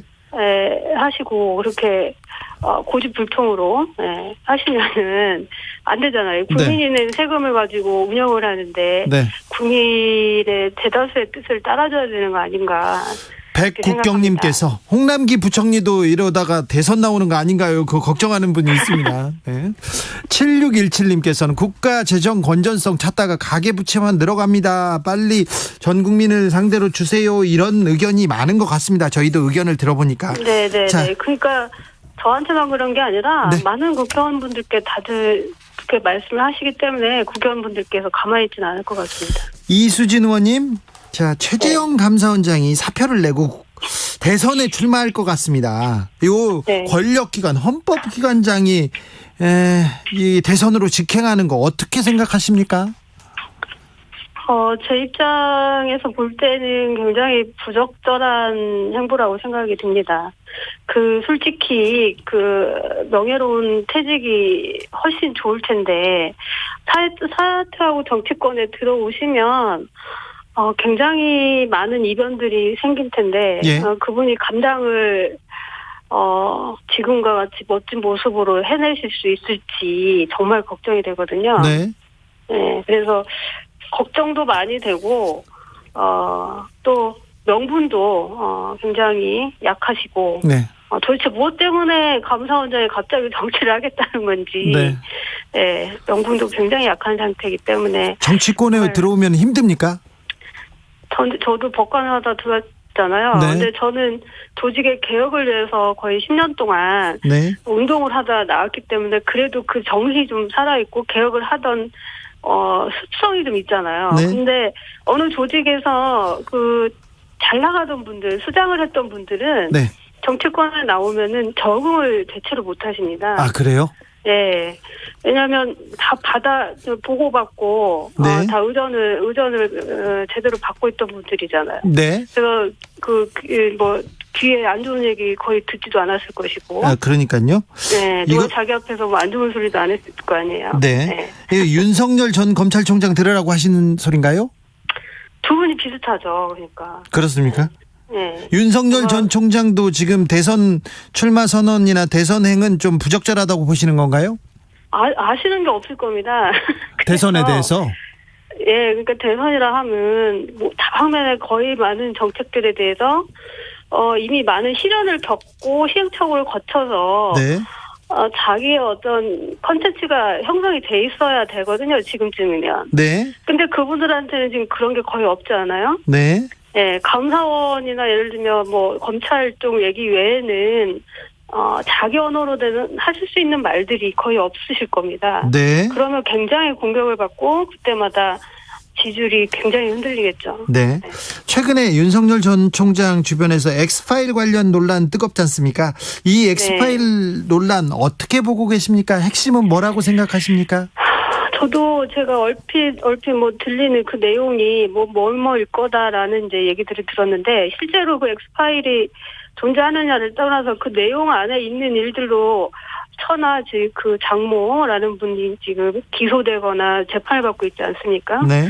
그래서 윤석열 전 총장의 입장에서는 적어도 대선을 준비하시는 분이시기 때문에 그 의혹들에 대해서 겸허하고 진정성 있게 솔직하게 해명을 하셔야 될 걸로 보이는데 이제 뭐 정치 공작이라는 이런 불법 사찰이라고 말씀했죠. 불법 사찰 등 그런 말씀들을 하시니까 사실 어안이 벙벙한 거죠. 네. 아니 거기선 또 이건 불법 사찰이다, 정치 공작이라고 이렇게 치고 나왔어요. 어안이 벙벙해요? 어이가 없죠. 왜요? 사실은 그러니까 정치 검찰의 수장이었고, 그다음에 불법 사찰인 듯한 지금 판사 문건 그것도 작성이 됐고 검찰에서 그리고 정말 흔하게 언론 플레이를 또 많이 하지 않았습니까 검찰에서? 예. 본인께서 늘 하시던 건데 갑자기 또 그런 말씀을 적반하장으로 하시더라고요. 아 그래요? 본인께서 왜요? 왜 저만 이렇게 생각하나요? 아니요. 본인께서 늘 하시던 일인데 그 얘기를 또 하니까 좀 적반하장이다 이렇게 얘기하시는. 그러니까요. 네. 본인이 하신 것 같은데 네, 그러시더라고요. 왜 좀 즐거워하시는 것 같아요? 저요? 네. 그거보다는 이제 그분이 이제 뭐 가까운 미래가 좀 훤히 보이는 것 같습니다. 아 그렇습니까? 네. 참 판사 생활하다가 정치권 오니까 쉽지만은 않죠. 그래도 검사보다는 판사가 나은 것 같아요. 그래요? 어떤 측면에서? 그래도 여러 방면으로 고민들을 많이 했잖아요. 네. 검찰보다는. 예. 그리고 정도를 걸어왔죠. 네.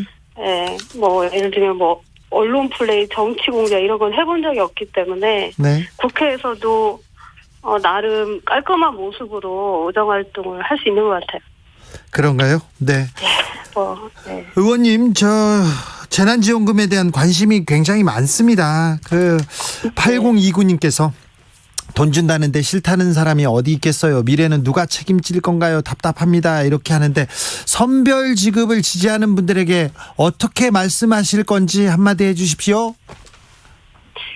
네, 이제 이번에 추경안 32조를 가지고 우리가 국회 발행 없이도 확보된 예산을 가지고 지금 지원을 하는 거고 전국민 재난지원이 석달 지원보다 아까 말씀드린 대로 통계적으로도 실제적으로도 더 큰 효과가 있고 그다음에 비용도 행정비용도 덜 들고 위화감도 안 생길 거고 너무 많은 면에서 괜찮고 또 내수 진작도 더 큰 효과가 있을 것입니다. 그래서 이왕에 이렇게 큰 재원을 쓰는 거니까 더 큰 효과를 얻도록 했으면 좋겠습니다. 알겠습니다. 말씀 잘 들었습니다.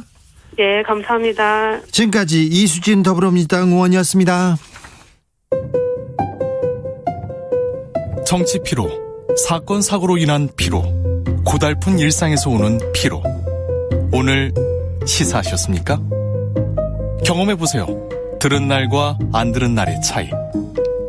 여러분의 피로를 날려줄 저녁 한 끼 시사 추진우 라이브.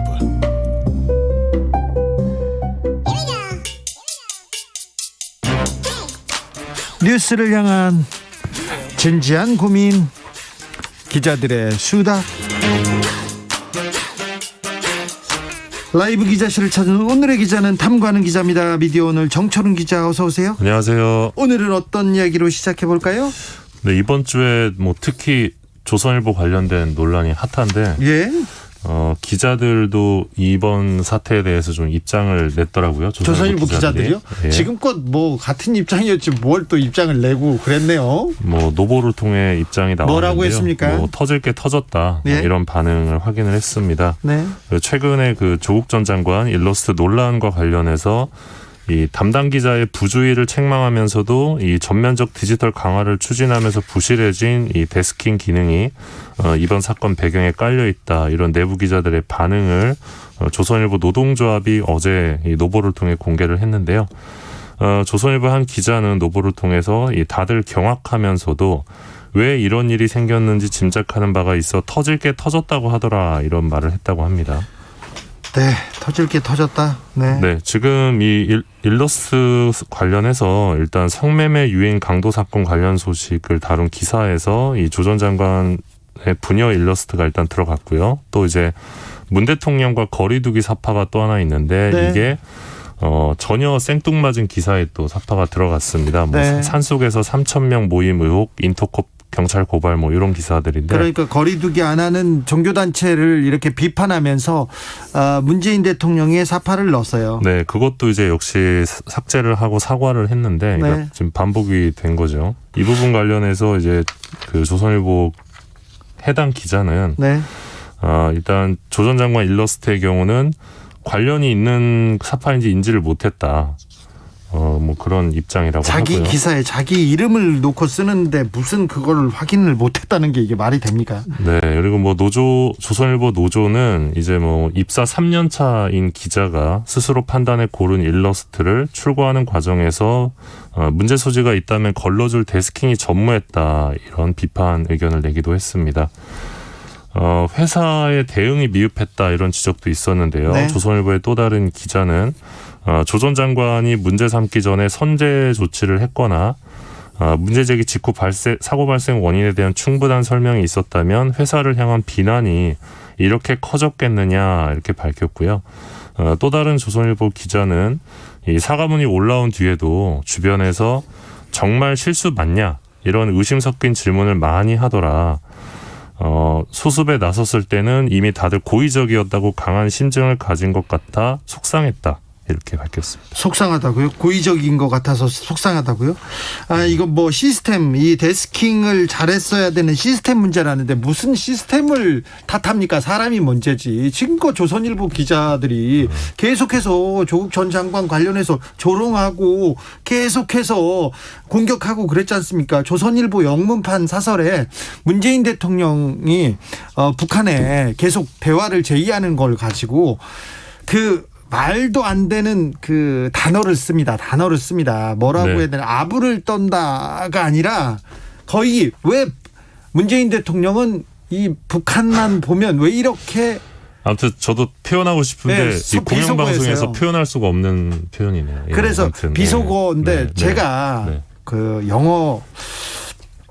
영어 공부를 사실은 조금 신문과 그리고 약간 잡지를 가지고 보고 했는데 아주 황색 언론에서 쓰는 그리고 남자가 여자한테 저급하게 할 때 그러는 저급한 단어로 썼습니다. 송혁중님께서 조선일보는 지난 20일 날 Why does moon keep sucking up to North Korea 이렇게 얘기를 했습니다. 그러면서 북한에 왜 그렇게 서킹업 이런 얘기를 했었는데 이거는 비속어 중에 굉장히 낮은 수준이거든요.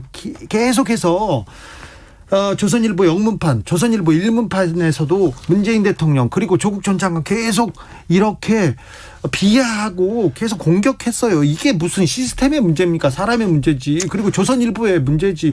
조선일보가 선을 넘었다고 했는데 그전에도 맨날 그랬어요. 그러니까 문제가 계속 반복이 되고 뭐 왜곡 보도나 오보 이런 것들이 반복이 되다 보니까 이제 실수라고 해명을 해도 사람들이 그거를 고의로 받아들이는 의도가 있는데 무슨 실수예요. 그런 이건 상황까지 온 것 같습니다. 실수가 될 수 없는 부분이지 않습니까? 다른 데서 쓴 일러스트를 가져다 썼지 않습니까? 네.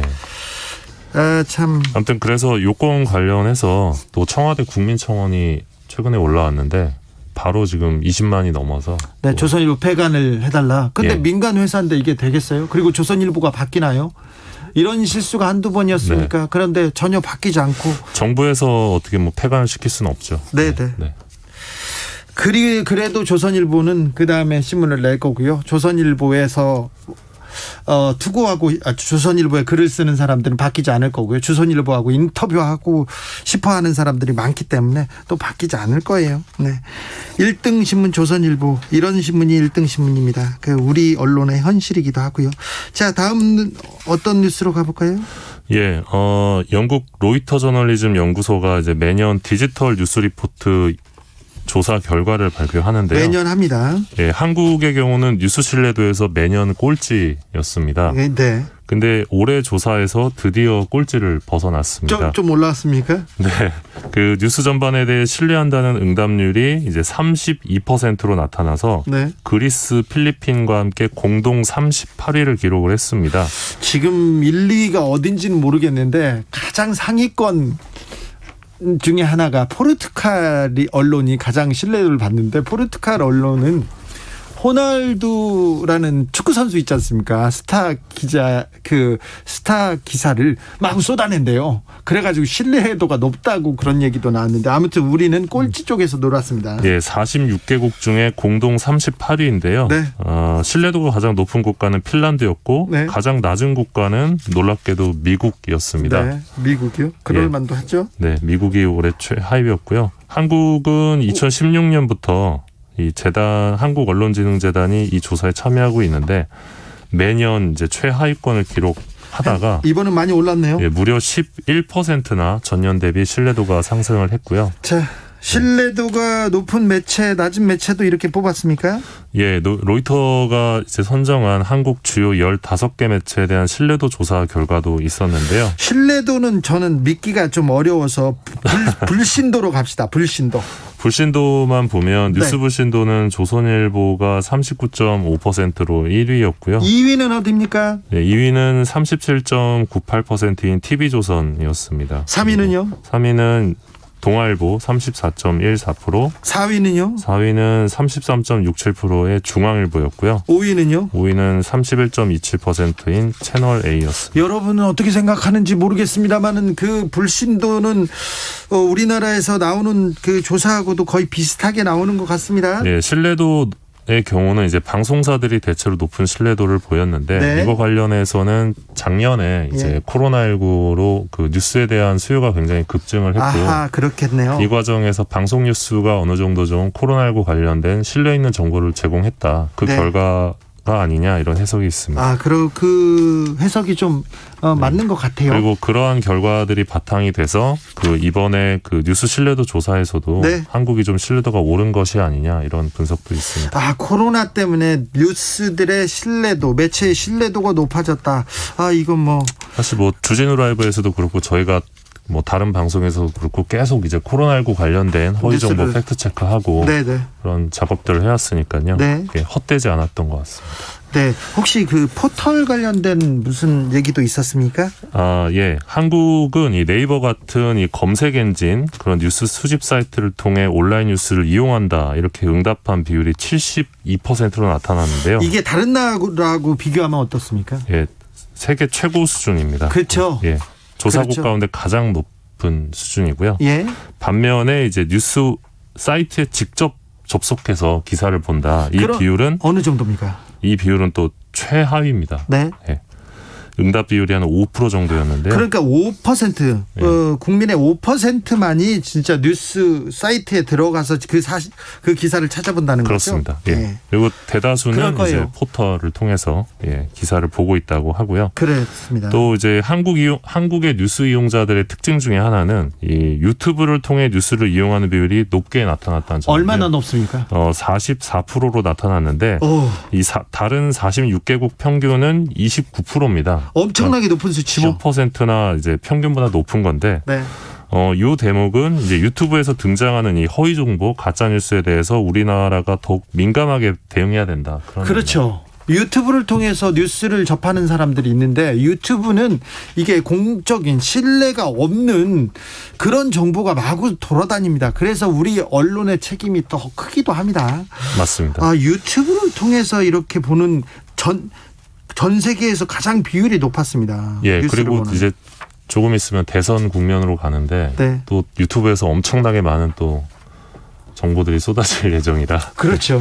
네. 이거 좀 걱정이 됩니다. 이거 네. 좀 준비를 해야 될 것 같습니다. 네. 언론도 그렇고요. 언론이 신뢰를 지금 잃었어요. 그러니까 조금 더 노력해야 됩니다. 예, 그리고 그 코로나19 관련된 허위 정보 경로로 우려되는 미디어 플랫폼도 조사를 했는데, 한국의 경우는 유튜브가 가장 높았습니다. 유튜브를 우려하는 답이 34%로 높았고요. 크게 우려됩니다. 예, 다른 나라들의 경우는 페이스북에 대한 우려가 가장 높았는데, 우리나라는 유튜브에 대한 우려가 높았습니다. 네, 유튜브에서 허위 정보, 허위 뉴스를 어떻게 할 것인지 우리가 지금 직접 고민하고 좀 답을 내야 될 네, 때가 된 것 같습니다. 그렇습니다.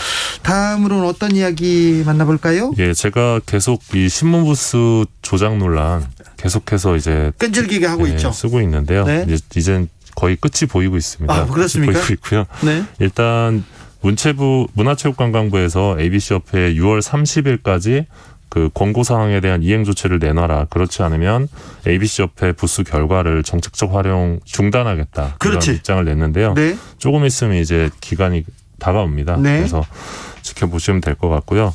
그리고 이제 부수를 그러면 어떻게 정확히 책정할 거냐. 네. 이 관련해서 지금 뭐 김의겸 의원실이나 혹은 뭐 다른 더불어민주당 의원실에서 법안들을 내놓고 있는데 네. 어제 이병훈 더불어민주당 의원이 신문의 정확한 유료부수 파악을 위해 신문에 바코드를 집어넣는 신문법 개정안을 대표 발의했습니다. 예. 그러니까 우리가 보면 모든 상품에 거의 대부분 바코드가 다 있죠. 들어가지 않습니까? 네. 근데 종이신문에는 바코드가 없습니다. 아, 네, 그러네요. 다 네. 잡지에도 있는데 예, 신문에만 시사인에도 없습니다. 있죠. 예. 네. 다 있는데 종이신문은 없습니다. 근데 해외의 경우는 이 바코드를 도입해 신문을 유통하는 곳이 대부분이라고 합니다. 네. 그래서 이 법안을 보면 이 신문 사업자가 인쇄물에 적용할 수 있는 이 바코드, 신문 유통 표준 코드를 사용을 해서 신문을 인쇄 배포하고 문체부가 이 바코드를 적용하는 전산 시스템을 통해 산출한 지표로 이 신문 사업 지원과 정부 광고 집행에 활용을 하는 그런 내용을 담은 이 개정안을 내놓은 건데요. 사실 요즘 상품에 바코드가 없는 상품이 어디 있습니까? 예. 그래서 사실 바코드가 들어가면 이 정확히 유통되는 유료부수가 몇 분지 확인하는 게 가능할 것 같습니다. 네, 그러네요. 근데 이제 당연히 신문업계 쪽에서는 반대할 가능성이 높은데요. 그렇죠. 앞서서 이제 그 우리나라가 올해부터 신문구독료 소득공제가 이뤄지고 있는데. 아, 그래요? 네. 소득공제 논의 과정에서 문체부 쪽에서 이제 바코드를 집어넣자고 이야기가 있었어요. 근데 예. 그때 신문업계에서 강하게 반대를 했거든요. 바코드 넣는 건 절대 안 된다. 네. 그래서 결국 소득공제는 올해 도입되긴 했는데 신문의 바코드는 들어가지 않았습니다. 결국 안 들어갔는데 그러니까 지금 이병훈 의원도 이 신뢰도가 낮은 ABC 자료를 근거로 이 국민의 혈세인 정부 광고비를 나눠 먹는 이런 폐습을 타파하려면 이 신문 유통의 전산 관리가 반드시 필요하다. 그래서 반드시 바코드를 넣어야 된다. 이렇게 주장을 하고 있습니다. 바코드를 넣으면 신문업계가 완전히 좀 더 달라지기는 할 텐데. 그러니까 바코드가 들어가면 이제 조선일보가 몇 부고 한겨레가 몇 부고 이제 어디서 드러난다는 팔렸고 거죠. 알겠죠. 그렇죠. 네. 그런데 이게 그러면 신문업계에서 반대할 거예요. 네, 그럴 것 같습니다. 언론이 엄청나게 반대할 겁니다. 네. 또 언론 자유 침해라고 할 것 같습니다. 아니 무조건 언론 자유 침해래. 뭐든 잘못하면 야 좀 제대로 보자 이렇게 하면 언론 자유를 침해했다고 합니다. 네, 신문사의 자유로운 경영 활동을 방해하고 뭐 그런 레퍼토리가 있습니다. 네, 말도 안 돼요. 조선일보가 웬만하면 언론 탄압이라고 했을 텐데 이번엔 실수가 명확하니까 말을 못 하고 있는 거예요. 네, 그래서 지금 뭐 그 LA 조선일보인가요? 네. 그거 관련해서는 뭐 징벌적 손해배상제 소송 가야 된다는 이야기도 있던데. 네. 결과가 어떻게 나올지 모르겠지만 한번 소송을 진행해서 판례를 남겨보는 것도 좋을 것 같긴 합니다. 네, 그러게요. 잘못 궁금합니다. 어떻게 진행되는지도 지켜보겠습니다. 2661님께서 주 기자님 정치하겠다는 사람 또 대선 나오겠다는 사람도 바코드 좀 넣어줘야 될 것 같아요. 그런 사람들 바코드 좀 찍어가지고 그런 사람들은 좋은 헌법기관 권력기관에 좀 안 내보내게. 네, 무슨 의도인지는 알겠습니다만. 네. 5383님은 선별지급도 보편지급도 다 일리가 있는 의견이었습니다. 나라 살림을 맡은 측은 책임감이 얼마나 무겁겠습니까? 서로 이해하고 더 의견을 나눠봐 주십시오. 나라와 국민을 위한 충정은 양측 다 같은데 강제 퇴임까지 생각하시는 건 결례가 될 듯합니다. 이렇게 얘기합니다. 지금 당하고 정부하고 열심히 토의하고 있습니다. 열심히 이게 옳다, 이게 그러다 얘기를 하고 있어요. 전에 없던 일이에요. 그 공무원과 그리고 당에서 이렇게 토론하는 거 그것도 바람직합니다. 그 정부를 위해서 국가를 위해서 이렇게 하는 거 응원합니다. 아무튼 현명한 결론을 내려주셨으면 합니다. 자, 기자들의 수다 여기서 마칠까요? 미디어 오늘 정철훈 기자 오늘도 감사합니다. 고맙습니다. 교통정보센터 다녀올게요. 임초희 씨.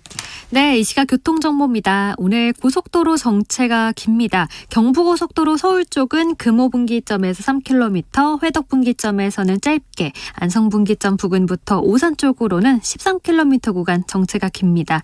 동탄에서 수원, 판교, 달래내와 반포 사이 밀리고요. 반대 부산 쪽은 한남대교에서 서초, 다시 서울 요금소부터 수원까지와 북천 안에서 목천 사이 길게 막히고 있습니다. 더 가서는 옥산과 회덕 부근, 다시 대전에서 비룡분기점까지 답답하고요. 사고가 있었던 외관 그리고 금호분기점 동대구에서 정체되고 있습니다. 수도권 제1순환고속도로 판교에서 구리 쪽으로는 판교 부근에서 토평까지 25km 긴 구간 막히고요. 구리부터 구리 휴게소까지도 밀리고 있습니다. 영동고속도로 강릉 쪽은 동군포 1차로에서 사고 처리 중이라 주의 운행하셔야겠습니다. KBS 교통정보센터였습니다.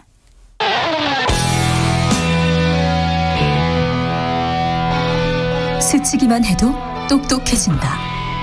드라이브 스루 시사 주진우 라이브.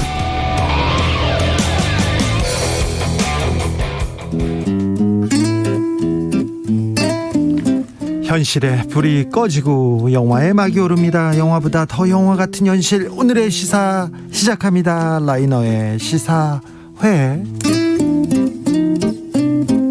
영화 전문 유튜버 라이너 어서 오세요. 네, 안녕하세요. 잘 지내셨습니까? 네, 잘 지냈습니다. 요새는 어떤 영화 보셨어요? 요즘은 새로 나온 영화들을 많이 봤습니다. 새로 나온 영화는? 네, 요즘 킬러의 보디가드 2가 나왔고요. 또 그리고 발신 제한이라는 네. 한국 영화, 뭐 이런 작품들을 최근에 바로 어제 봤죠. 어떻습니까? 뭐 킬러의 보디가드 2는 좀 가볍게 네. 이 킬러의 보디가드라는 지난 작품이 되게 인기였거든요. 네. 그래서 그거에 재미를 느끼셨던 분들은 재밌게 보실 수 있는데 네. 전작보다 너무 과도하게 욕설이 많이 나오는 부분이라든지 네. 조금 더 가벼워진 분위기가 어쩌면 좀 거부감이 느껴질 수도 있다는 생각이 들었습니다. 네. 제 인상으로는 전작만은 못하다는 생각이 들었고요. 발신제한은 우리나라 부산을 배경으로 이렇게 카 체이싱, 차 추격전이 정말 아주 화려하게 벌어지는 그런 영화인데요. 네. 근데 조우진 씨 연기가 정말 대단하고요. 네. 초반 중반까지는 진짜 헐리우드 영화 못지않은 엄청난 긴장감을 보여줍니다. 네. 카체이싱이 잘 담겼습니까? 카체이싱 해본 적 없죠? 없죠. 저는 국정원 직원들하고 한번 해본 적 있거든요. 경주에서. 경주 시내를 누비면서 막 이렇게 해가지고 국정원 직원들이 결국 도망가다가 제가 너무 역주행으로 잘 따라가니까 경찰서로 도망갔어요. 네. 그래서 경찰서로 또 제가 또 쫓아갔죠.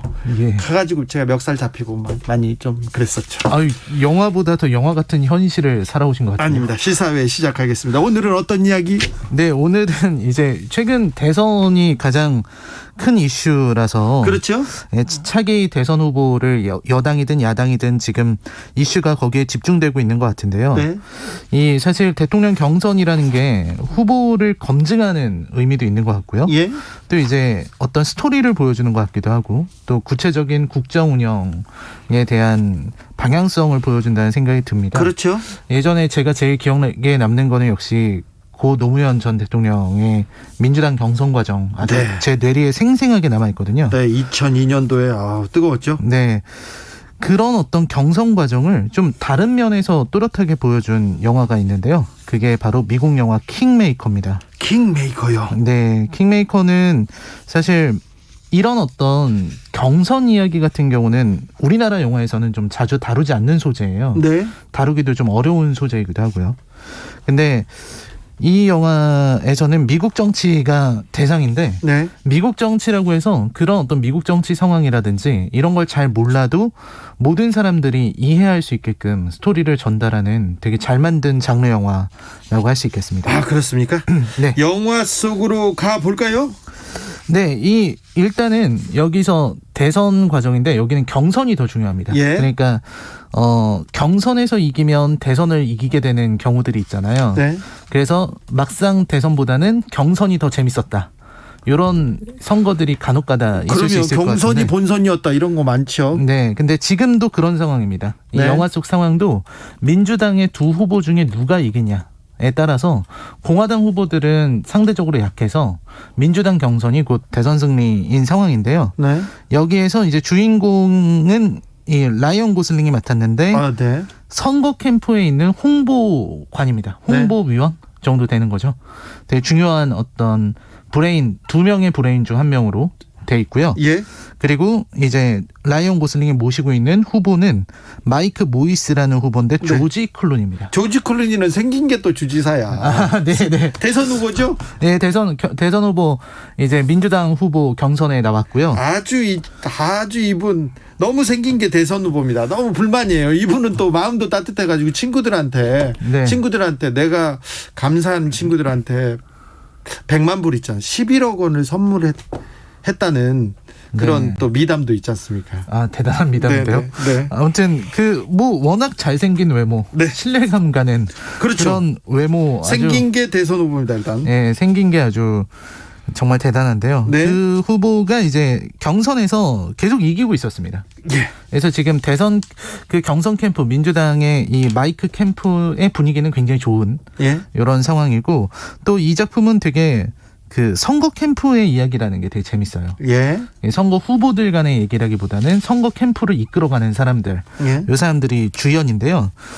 문제는 이제 그 라이언 고슬링, 스티븐의 선배인 폴이 이제 중요한 사람을 만나러 가는 일이 생깁니다. 네. 그리고 나서 갑자기 스티븐에게 상대편 선거 캠프에 사람이 연락을 한 겁니다. 예. 잠깐 만나자고. 네. 그리고 잠깐 그 수뇌부의 사람을 불러낸 거죠. 예. 스티븐이 가보니까 비밀리에 스카우트 제의를 하는 거예요. 네. 너네 후보는 승산이 없다. 네. 우리가 지금 가지고 있는 전략이 있는데 이거 너네 못 이긴다. 네. 라는 겁니다. 그게 뭐냐면 그 톰슨이라는 사람이 있는데 중요한 거는 이 사람은 민주당계 인사이긴 한데 공화당 쪽 대의원의 표를 가져올 수 있는 사람인 겁니다. 예. 그래서 지금 이 상황에서 상대 후보가 그 톰슨이라는 사람과 함께 이렇게 그 캠프로 끌어들이기만 하면 이 경선에서 너네는 승리할 수 없다. 네. 근데 여기 있는 마이크, 그러니까 조지 클루니죠. 네. 조지 클루니는 절대로 톰슨 같은 사람이랑 같이 할 수 없는 그런 어떤 뭐라고 할까요? 자신만의 그런 깨끗한 정의가 있는 사람입니다. 예. 그래서 지금 이러지도 저러지도 못할 환경에 처한 거죠. 예. 그런 상황에서 이제 이야기가 진행이 되는데요. 하필이면은 스티븐은 또 그때 그 같은 컴퓨터에서 일하는 인턴 여성이 유혹을 해왔어요. 네. 그래서 같이 술집에도 가고 이런 연인 관계 비슷하게 되게 되는데요. 그러다가 문제가 생겨납니다. 그게 뭐냐면 스티븐은 일단 스카우트 제의를 거절하고 그리고 선배인 폴한테 얘기를 했는데 그게 문제가 돼서 스티븐은 의리가 없다. 어떻게 이 중요한 경선 과정에 상대 선거 캠프에 가서 스카우트 제의를 듣고 있을 수 있느냐 해서 잘려버리게 됩니다. 잘려요? 네, 잘리게 되는데 근데 문제가 생긴 거죠. 아까 말씀드렸던 그 인턴 그 여성이 사실은 그 주지사 마이크하고도 부적절한 관계를 맺었었던 겁니다. 그래요? 여기에서 스티븐이 갖고 있었던 자기 후보에 대한 믿음이 와르르 무너져요. 네. 여기부터 막 재밌어지네요. 왜냐면 임신도 했어요. 어이구. 임신도 해서 이 스티븐하고 같이 이 밤을 지내고 있었는데 누군가가 전화를 합니다. 예. 그래서 스티븐이 장난삼아 내가 아버지라고 해야지 하고 받았는데 주지사인 거예요. 예. 그래서 이게 무슨 일이냐라고 추궁을 하니까 이 여자가 임신을 해서 그 낙태 수술을 해야 되니까 그 돈을 빌려달라고 주지사에게 전화를 했고 이런 정황이 있었던 거죠. 예. 그래서 스티븐은 정말 무서운 일을 알아버린 겁니다. 예. 근데 하필 그때쯤 잘려요. 해고가 됐어요. 예. 그러니까 이 여성은 몰리라는 여성은 두려워진 겁니다. 예. 스티븐이 혹시 뭔가 화가 폭발해서 나와 주지사와의 관계를 폭로해버리면 나는 이거 어떻게 견딜까 생각을 한 나머지 몰리가 자살을 해요. 자살을요? 네. 그리고 나서 스티븐은 그 사건을 가지고 주지사를 협박하기 위해서 단둘이 만납니다. 네. 그런 과정들이 굉장히 재밌어요. 이 협박할 때도 그냥 협박을 하는 게 아니고요. 이 몰리가 메모를 남겼다라고 거짓말을 합니다. 네. 근데 그게 메모가 있는지 없는지는 아무도 몰라요. 예. 근데 그거는 주지사도 확신을 못 하는 거죠. 확신을 못해도 뭐 가져왔다니까 만날 수밖에 없죠. 그렇죠. 만날 수밖에 없고. 끌려갈 수밖에 없죠. 그래서 나는 안 믿는다 그랬는데 스티븐이 거기다 대고 얘기를 해요. 안 믿었는데 왜 이 자리에 나오셨냐고. 그러니까 주지사 입장에서는 결국 스티븐의 말을 들을 수밖에 없었죠. 예. 그래서 스티븐이 바로 자기 선배였던 폴을 해고하라고 명령을 하고 요구를 하고 네. 자기가 이제 본부장이 됩니다. 폴은 해고되고 스티븐이 그 자리로 올라가네요. 우두머리가 된 다음에 자기가 원하는 대로 아까 말씀드린 그 톰슨이라는 네. 공화당 표를 몰아올 수 있는 사람이랑 같이 선거운동을 하게 되죠. 그리고는 선거운동을 합니까? 네, 선거운동을 하고 경선이 아주 확정적인 승리로 나아간다라는 이야기가 나오면서 영화가 끝나는데요. 조지 클루니는 열성적인 민주당 지지자이기도 합니다. 그리고 정치에 굉장히 앞장서서 관여하는 사람인데 네. 이 영화가 전달하려는 주제가 뭡니까? 조지 클루니가 감독이죠. 조지 클루니가 이제 그 굉장히 이 영화를 만들 때도 주연 배우이기도 하고 네, 되게 애매하게 얘기를 많이 했는데요. 근데 이 영화에서 조지 클루니의 그 역할은 상당한 위선자예요. 위선자요. 네. 네, 그러니까 겉으로 볼 땐 굉장히 정의로운 것 같고 네. 아주 깨끗하다는 인상을 갖고 있지만 뒤로는 인턴과 부적절한 관계를 맺고 네. 낙태를 하면서 돈을 주는 네. 이런 사람이라는 거예요. 예. 그래서 그런 어떤 위선자 얘기를 보여주면서 이 영화가 전달하려는 주제는 정치가 굉장히 비정하다는 겁니다. 네. 그러니까 이게 사실 어떻게 보면은 이 정치 자체가 뭔가 정의의 싸움인 것 같고 진영 싸움인 것 같기도 하지만 저는 또 개개인의 싸움이다 이런 생각이 들거든요. 네. 그래서 우리 진영이 패배해도 나만 살면 돼 라는 사람들이 있잖아요. 네. 근데 여기서 보면 라이언 고슬링이 보여준 모습이 선거 캠프 내에서 내가 우리 진영이 이기든 지든 상관없이 내가 올라가는 게 중요하다. 실제로 그래요. 경선 기간에 그러니까 같은 당에서 그 기분이 감정이 상해가지고 더 원수가 되는 경우가 많아요. 네. 상대 큰 적이 이게 경선이잖아요. 예. 한 경선을 끝내고 나서 진짜 본선을 치러야 되는데 경선에서 저 상대 후보가 더 미워요. 상대 지지자가 더 믿고. 네, 그래서 그런 경우 많아요. 그래서 우리나라에서도 우리나라 실제 정치에서도 되게 재미난 상황들이 많았던 걸로 기억을 하는데요. 네. 그런 어떤 비정한 어떤 야수들의 각축장이라는 거죠. 예. 이 정치판이라는 게. 그래서 라이언 고슬링이 처음에는 되게 순진한 모습을 보여줘요. 네. 순진한 눈빛을 갖고 있는데 영화 마지막에 라이언 고슬링은 아예 눈이 다릅니다.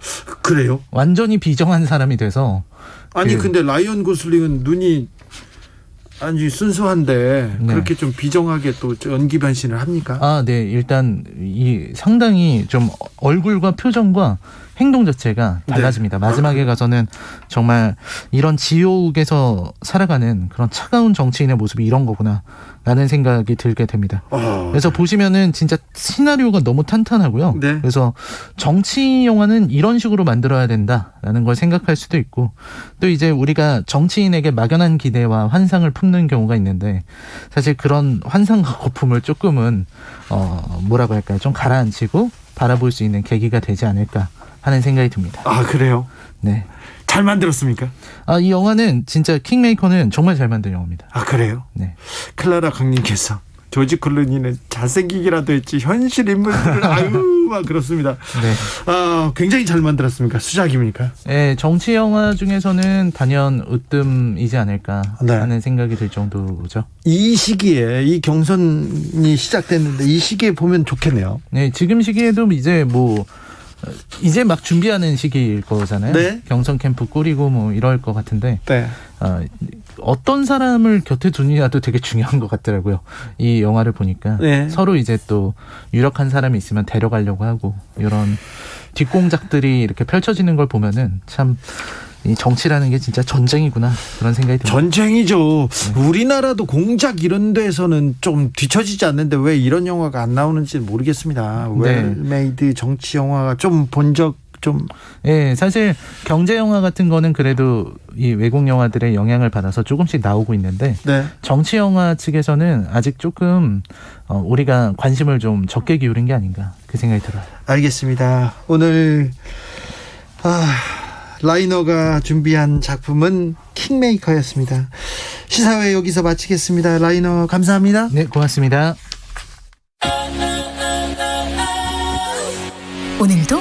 수고하고 지친 자들이여 여기로 오라. 이곳은 주기자의 시사 맛집 주토피아 주진우 라이브.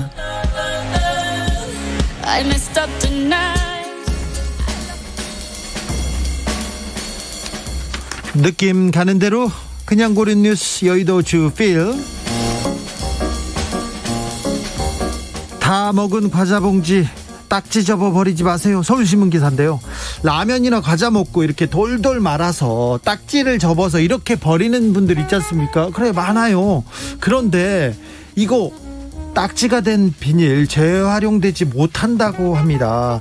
재활용품 선별장 가면요, 비닐이 얇고 가벼워 기계에 쑥쑥 빨려 들어가는데 딱지가 되면 무거워서요 들어가지 않는다고 합니다. 결국 폐기한다고 합니다. 일반 쓰레기가 된다고 합니다. 그러니까 딱지 접어 버리지 마세요.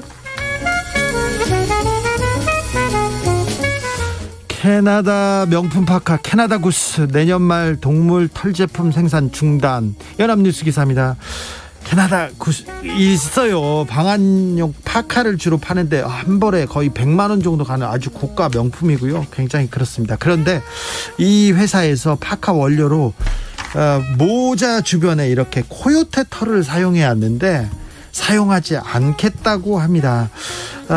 이 회사 측에서는 이 결정으로 한 10% 매출 감소가 예상되지만 그래도 하겠다고 합니다. 회사가 손해를 감수하고 이렇게 동물 털 제품 생산 중단한다는 거, 이거 쉬운 결정이 아닌데요. 그래도 훌륭한 결정이어서 소개합니다. 물론 거의 깃털은 다운 자켓은 생산한다고 합니다. 아무튼 동물 털 생산 중단한다는 캐나다 구스 일단 칭찬합니다. 폭행전과 하나그룹 3남 김동선 도쿄올림픽 대표팀 발탁 논란. 한겨레 기사인데요. 2017년에 어떤 일이 있었냐면 술집 종업원을 데려다, 여자 종업원이었어요. 막 폭행했고요. 옆에다 막 술잔을 던지고 막 그랬어요. 다른 사람들이 와가지고 말리니까 내가 누군지 알아 그러면서 이렇게 막 난동을 피워가지고 1심에서 징역 8개월 집행유예 2년 사회봉사활동 80시간을 선고받은 김동선 하나호텔 앤드 리조트 상무가 2020년 도쿄올림픽 마장마술 대표팀에 출전한다고 합니다. 큰 폭행 사건이었는데 다른 비슷한 사건으로는 영구 제명되고 선수 자격 박탈되는데, 자격 정지되는데, 김동선 하나그룹 김승현 회장의 아들 김동선 씨는 국가대표로 도쿄올림픽에 출전한다고 합니다. 조금 이거 잣대가 어떻게 된 거지, 좀 이상하지, 그런 생각도 있어요.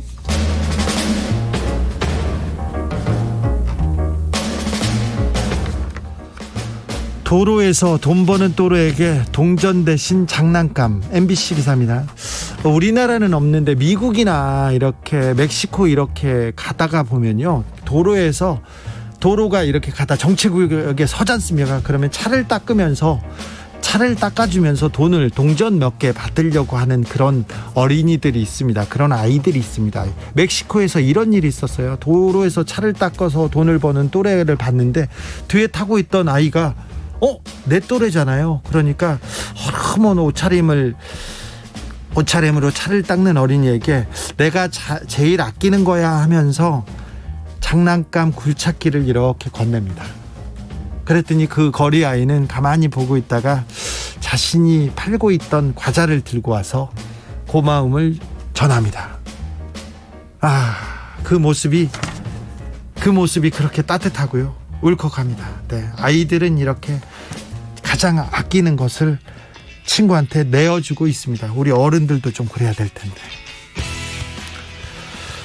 4166님께서는 저 비닐 딱지 접어버렸는데 죄송해요. 이제부터 펴서 버릴게요. 딱지 접으면 안 됩니다. 5405님께서는 딱지 접기 말자는 기사 보고 깜짝 놀랐습니다. 저는 10년 넘게 쓰레기통을 여유롭게 쓰기 위해서 매번 접었거든요. 습관이 무서운지 어찌할지 이제부터 안 버리면 됩니다. 접어서 버리면 안 됩니다. 그러면 재활용 못하고 일반 쓰레기가 된다고 합니다. 서태지의 Take 5 들으면서 저는 금요일 주진우 라이브 마무리하겠습니다. 저는 내일 오후 5시 5분에 주진우 라이브 스페셜로 돌아옵니다. 아름다운 주말 되십시오. 지금까지 주진우였습니다.